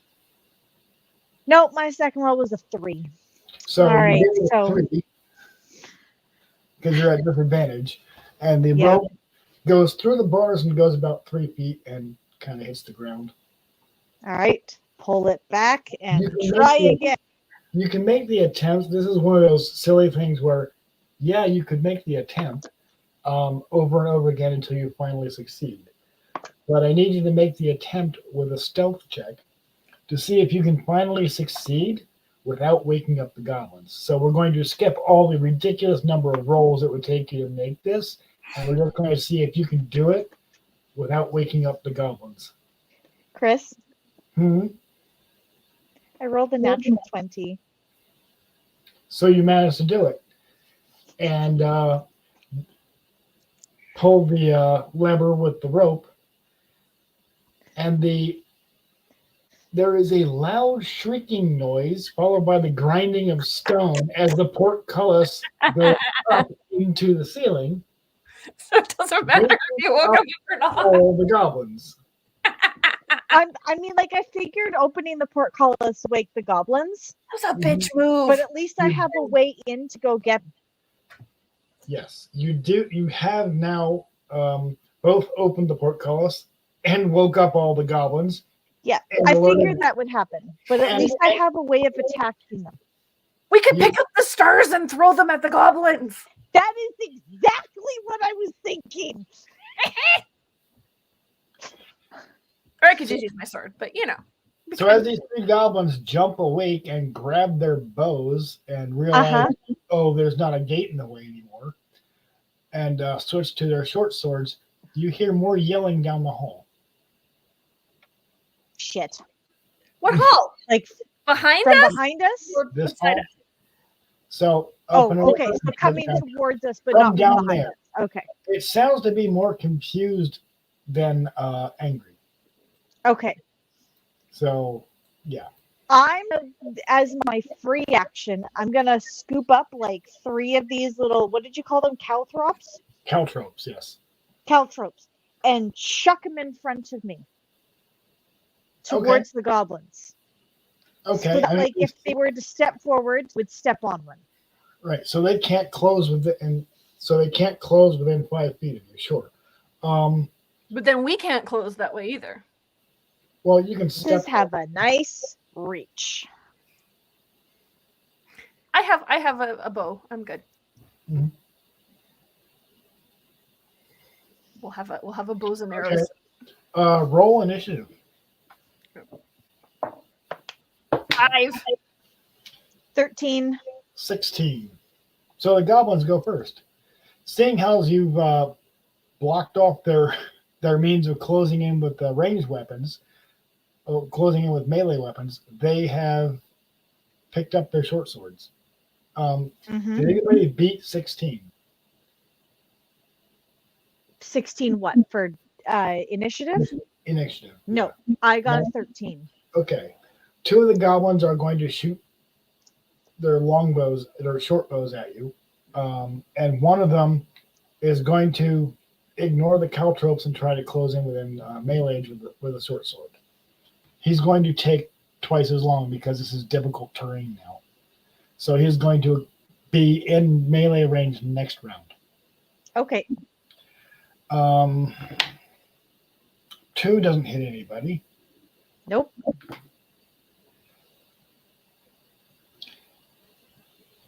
Valeria, does an 18 hit? Shit. Yes, I have a 15. Okay. And this when the DM asks you what your armor class is, your automatic response should be not high enough. So you've taken 5 points of piercing damage from goblin arrows, Valeria. So then I go to 14. Is that it? You've taken 5. Yes, you would go to 14. Yes. Okay. And you can either keep track of that online, or you can just mark it on your. I put it online. Okay. Yep. I'm marking mine too. So it's easier Okay. that way. I Okay.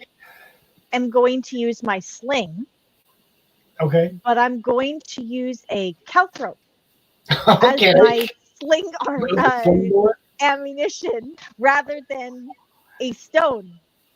Okay. We're calling that a weapon of opportunity. Does a 15 hit? Yes, it does. Go ahead and roll Excellent. damage. We're So do gonna I make- roll with a D4 still, or do you want me to increase it to a D6? No, we're just going to change it to piercing damage rather than blunting. Rather than- Okay. Then bludgeoning. Yeah. So So it's doing the that same damage. It's is 4 type. points of damage. Okay, that definitely hurt him. And he's not happy at all. I believe it's Valeria's turn. All right. I am going to follow up with my short bow. I rolled a 15. Does that hit? 15. That does hit. Go ahead and roll Well, damage. give me a plus 6. So then it would be even more. Yeah, you can't miss at this point. And then I roll a 2 plus a 4 is 6 damage. Okay, which one? The one that's been hit already or a different one? Well, we'll do the one that's been hit already and see if we can get rid of him. Okay, yeah, that in that case, he does drop. You've lost one of the you're down to 2 goblins. And on this round, the melee goblin is within range and is able to make an attack. So he's going to make an attack on Rahaz because he doesn't like having caltropes thrown in his friends. And he's going to take a swing and does a 12 hit? I was going to say, I have a 12. So is that... That means no. If you meet or under at or below is a miss. So the other one with the bow is going to take a shot at Valeria.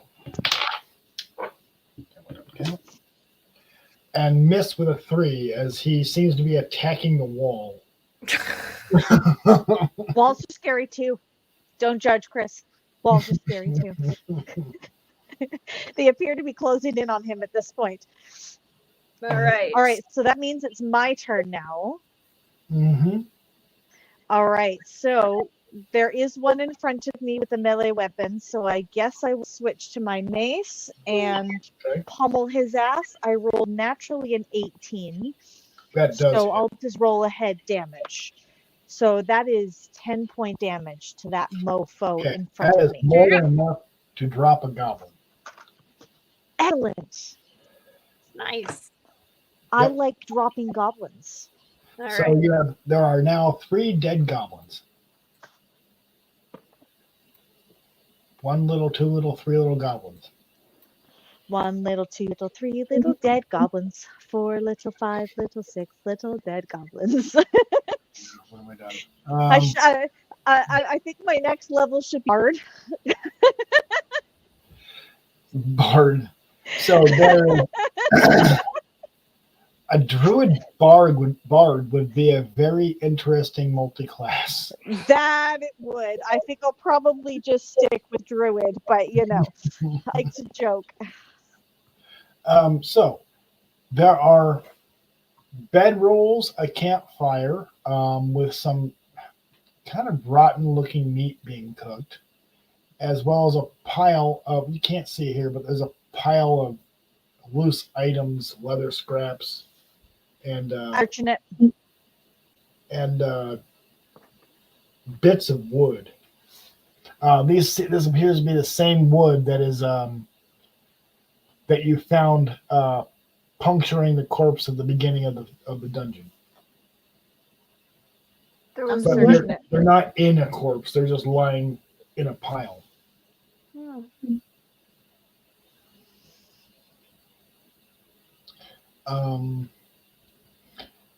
You can all make an investigation. You can all make a perception check. Sorry. Perception 12. That Okay. was not a very good roll. It's enough. The arrows in the goblin's quivers, they're not tipped with Mhm. metal arrowheads. They are tipped with these stickers, these barbs. The same ones that were found in the corpse that was peppered with the little needles. Mm-hmm. These arrows are tipped with those needles. So they're working in cooperation with this undead tree stuff. Maybe. That is what my druid perceives or intuits, I guess. They could just be getting killed off by the tree things and harvesting the Yeah. Either way, it's not good. correct. Yeah. So this door does appear locked. However, you find a key on one of the dead goblins for this door. I would like to listen at the keyhole because we heard voices before. You heard yelling and screaming at distance down this way, yes. But Okay, it I doesn't rolled a sound- 17 for perception. For what now? Perception. I rolled 17. These don't sound like goblins. It sounds like groaning and moaning and whining and wailing, and it sort of sounds like the yell. Like it almost sounds like a voice, but it almost sounds like the groaning of wooden timbers that's under stress. That's with- not good. mixed with yelling of like like potentially a goblin or not. Is Meepo still with us? Meepo is still with you, yes. Does he know what these sounds are? He says that sounds like the dead tree things and sounds like goblins. It sounds like they're fighting, but it's Okay. Oh, heads up! I'm I would getting like tired. What's that? Heads up! I'm getting tired. Alrighty. Just hit me. Sorry. All right. That's Keep okay. going, but like I'm just like okay. That is okay. I we're think she checked the door for traps. okay. Yeah. You can do that. As far as you can tell, there are no traps on this door. Okay. And it's a fairly solid door. Okay. That lever you do now control the portcullis. This might I would like to lift the portcullis up so that nothing can sneak up behind us. right. So the portcullis drops down, but that would effectively cut off any access from this direction. But then we can't run away. True, but this is a locked door. Well, you can open the portcullis and run out. We can open the portcullis. We're on the right side now. We can open it. And you do have a campfire. This is actually not a terrible place. Like, if your characters, if you wanted to, like, call it a game here, because We can folks do a are long getting- rest. Yeah, if we're getting tired, you could do a long rest. It's almost 5 o'clock. Yeah, we should probably do that. Yeah. So, like, as much as I could definitely keep going all the way till midnight, I don't know that that's a good idea because we're dealing with fatigue here.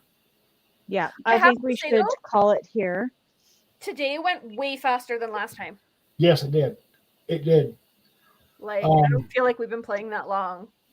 I know, but if we're getting tired, then this is a good place to call it, because if you keep going while you're tired, it's no longer fun. So And you're struggling to pay attention. And yeah, you miss stuff, vital stuff. yeah, Yeah, that's So- where I'm at. I'm at the like, oh wait. yeah. Mhm. So when do we feel like we could meet up again? Would that be the 11th, or did we decide? I'm yet? thinking so. Yeah. Yeah. Okay, so maybe Saturday, November the 11th. hmm Is that a Are we good- good with the 10 a.m. my time, 11 a.m. Tay time, 1 p.m. Chris's time for the time being, and then we'll kind of like discuss time meetup for everyone a little bit closer to it. I am, unless like if Chris Ashburn is by the 11th ready to play. I think she mentioned to me she has a thing on Saturdays until 2, but would be available by 2:30 my time. Is So that she would be each like, time? she's East Coast, so she would be my time Okay, 2:30. That's 12:30. that makes it afternoon for us, so that's fine. Yeah, Yeah, that's what 2:30 for late me, and early afternoon, 12:30 for Taya, and 11:30 11:30 for me. for you. Is that doable? Totally. Yeah, I have Saturdays off, so I am more than okay with this. Okay. Okay, so I made myself a note here.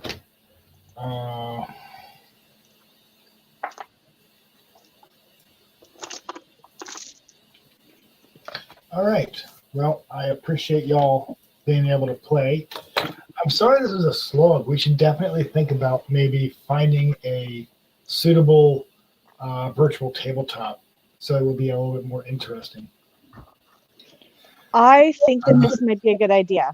Yeah. So maybe between now and then we can kind of play around with the idea and see if. And if Chris, you need to test one maybe on like an evening or something with me online, I might be able to jump online Yeah. like in private or something, and we can see if we can test like a thing, and if I can see what you're doing, if I can do stuff I need to do. So Yeah. And that might be a possibility as well. we might need to like meet up on an evening for like an hour and just make sure that everybody's little, Yeah. character tokens work on the map or what have you. Because I would like to. I've used Roll20 before, but it's been a long time. Roll20 is just an online tabletop. Mhm. I don't know how well it would interact with StreamYard though. Yeah. But So if that we- we can still test that on StreamYard without like yeah. And it's possible we can run StreamYard in the background with it just on the one window, and all of our, because when you go on to Roll20, it puts your picture in like a little frame like it is here around the game board that you can interact with. So we'll have to figure out how we're going to stream. But I could actually use a break too. So this is a nice place to stop, because I knew damn well we weren't going to get through the whole dang dungeon in one shot. Like, come on now. That's not going to happen. But I'm kind of improvising a little bit, because stopping to read the book and then going to the next room and then reading the book and going to the next room. Yeah, I've read the whole adventure straight through. you can't memorize it all. I can't memorize it, no. But No. having a few hours before game to like prep, this is the hard thing about running the modules, is you kind of do have to wing it a little bit. So I'm not going to be exactly, this isn't the Sunless Citadel verbatim. This is the Sunless Citadel to the best of my ability and adapted for Ebarron with this particular group of characters. It's So still fun. I was hope gonna say, I'm enjoying it. I've got nothing to compare it to, but I think it's pretty fun. okay. And I mean, have not done this particular campaign before, so this is all me. This is So- yeah. And it was originally written for Forgotten Realms, and it was then converted to be to 5th edition and made to be usable in Eberron, all the good modules are written for different settings because most people don't play Eberron. But they do give suggestions as to where you can put it. So I stuck it right underneath Sharn. They said, oh, you should put it in the mountains. I'm like, okay, I'll just stick it underneath Sharn. The Fallen is actually a real area in Sharn and lore. I was like, well, that's a perfect spot for something like this. Because if a tower fell out of the sky and smashed a hole in the city, it would make sense that it would bust a hole in a mostly hollow bluff. I like it. Mhm. Worked out well. Yeah. Yep. All right. Well, we should let you get to your evening, Chris. I am going next city over to go shopping for yarn for a Okay. baby blanket for my soon-be new niece or nephew. Aww. Fun. I'm so happy. I'm gonna have baby fixes soon. Awesome. Very cool. Yeah. Yeah. Very, very happy. I love being an auntie, Deborah. Aww. Alrighty, well, I will let you guys go. And I'm getting late, and I have to. Then my husband has D&D after supper tonight in his own campaign. Oh, wow. Mhm. So you both get some gaming in today. That's cool. We do. Yep. His is every second Saturday usually, but when we played our first one 2 weeks ago, his got canceled that night, so he was all bummed out. Aw. That sucks. Oh well, Yeah. is what it's. Yeah, it happens sometimes. Anyway. Yep. I guess I'll see you guys on the 11th. You betcha. We'll definitely chat in between though. That's for Yes. sure. Yes, I will have time in between some places, and if we can, maybe while Taya's doing her thing on the 4th, maybe we can jump on for an hour or two and just try and get find a tabletop simulator that works for us. He's good. Yeah, I would be willing to do that maybe on the 4th. Yeah, And then we can just do like fun live stream while we're doing it, like chatting stuff, playing around with things, and then we can maybe like talk about how our Samhains were or something like that. yeah, we could definitely. Yeah, Alrighty, that could be a fun way to pass the time. Taya, you're invited, but I know you have things doing, so Yeah, it's my son's birthday party that day. I don't know what we're doing, so once I get that figured out, I can let you know. no problem. My son's birthday party will be roughly a couple weeks after that. Cool. Fun. All right, guys, have a I'm gonna- wonderful afternoon. I'm going to end the stream. Thanks for joining us.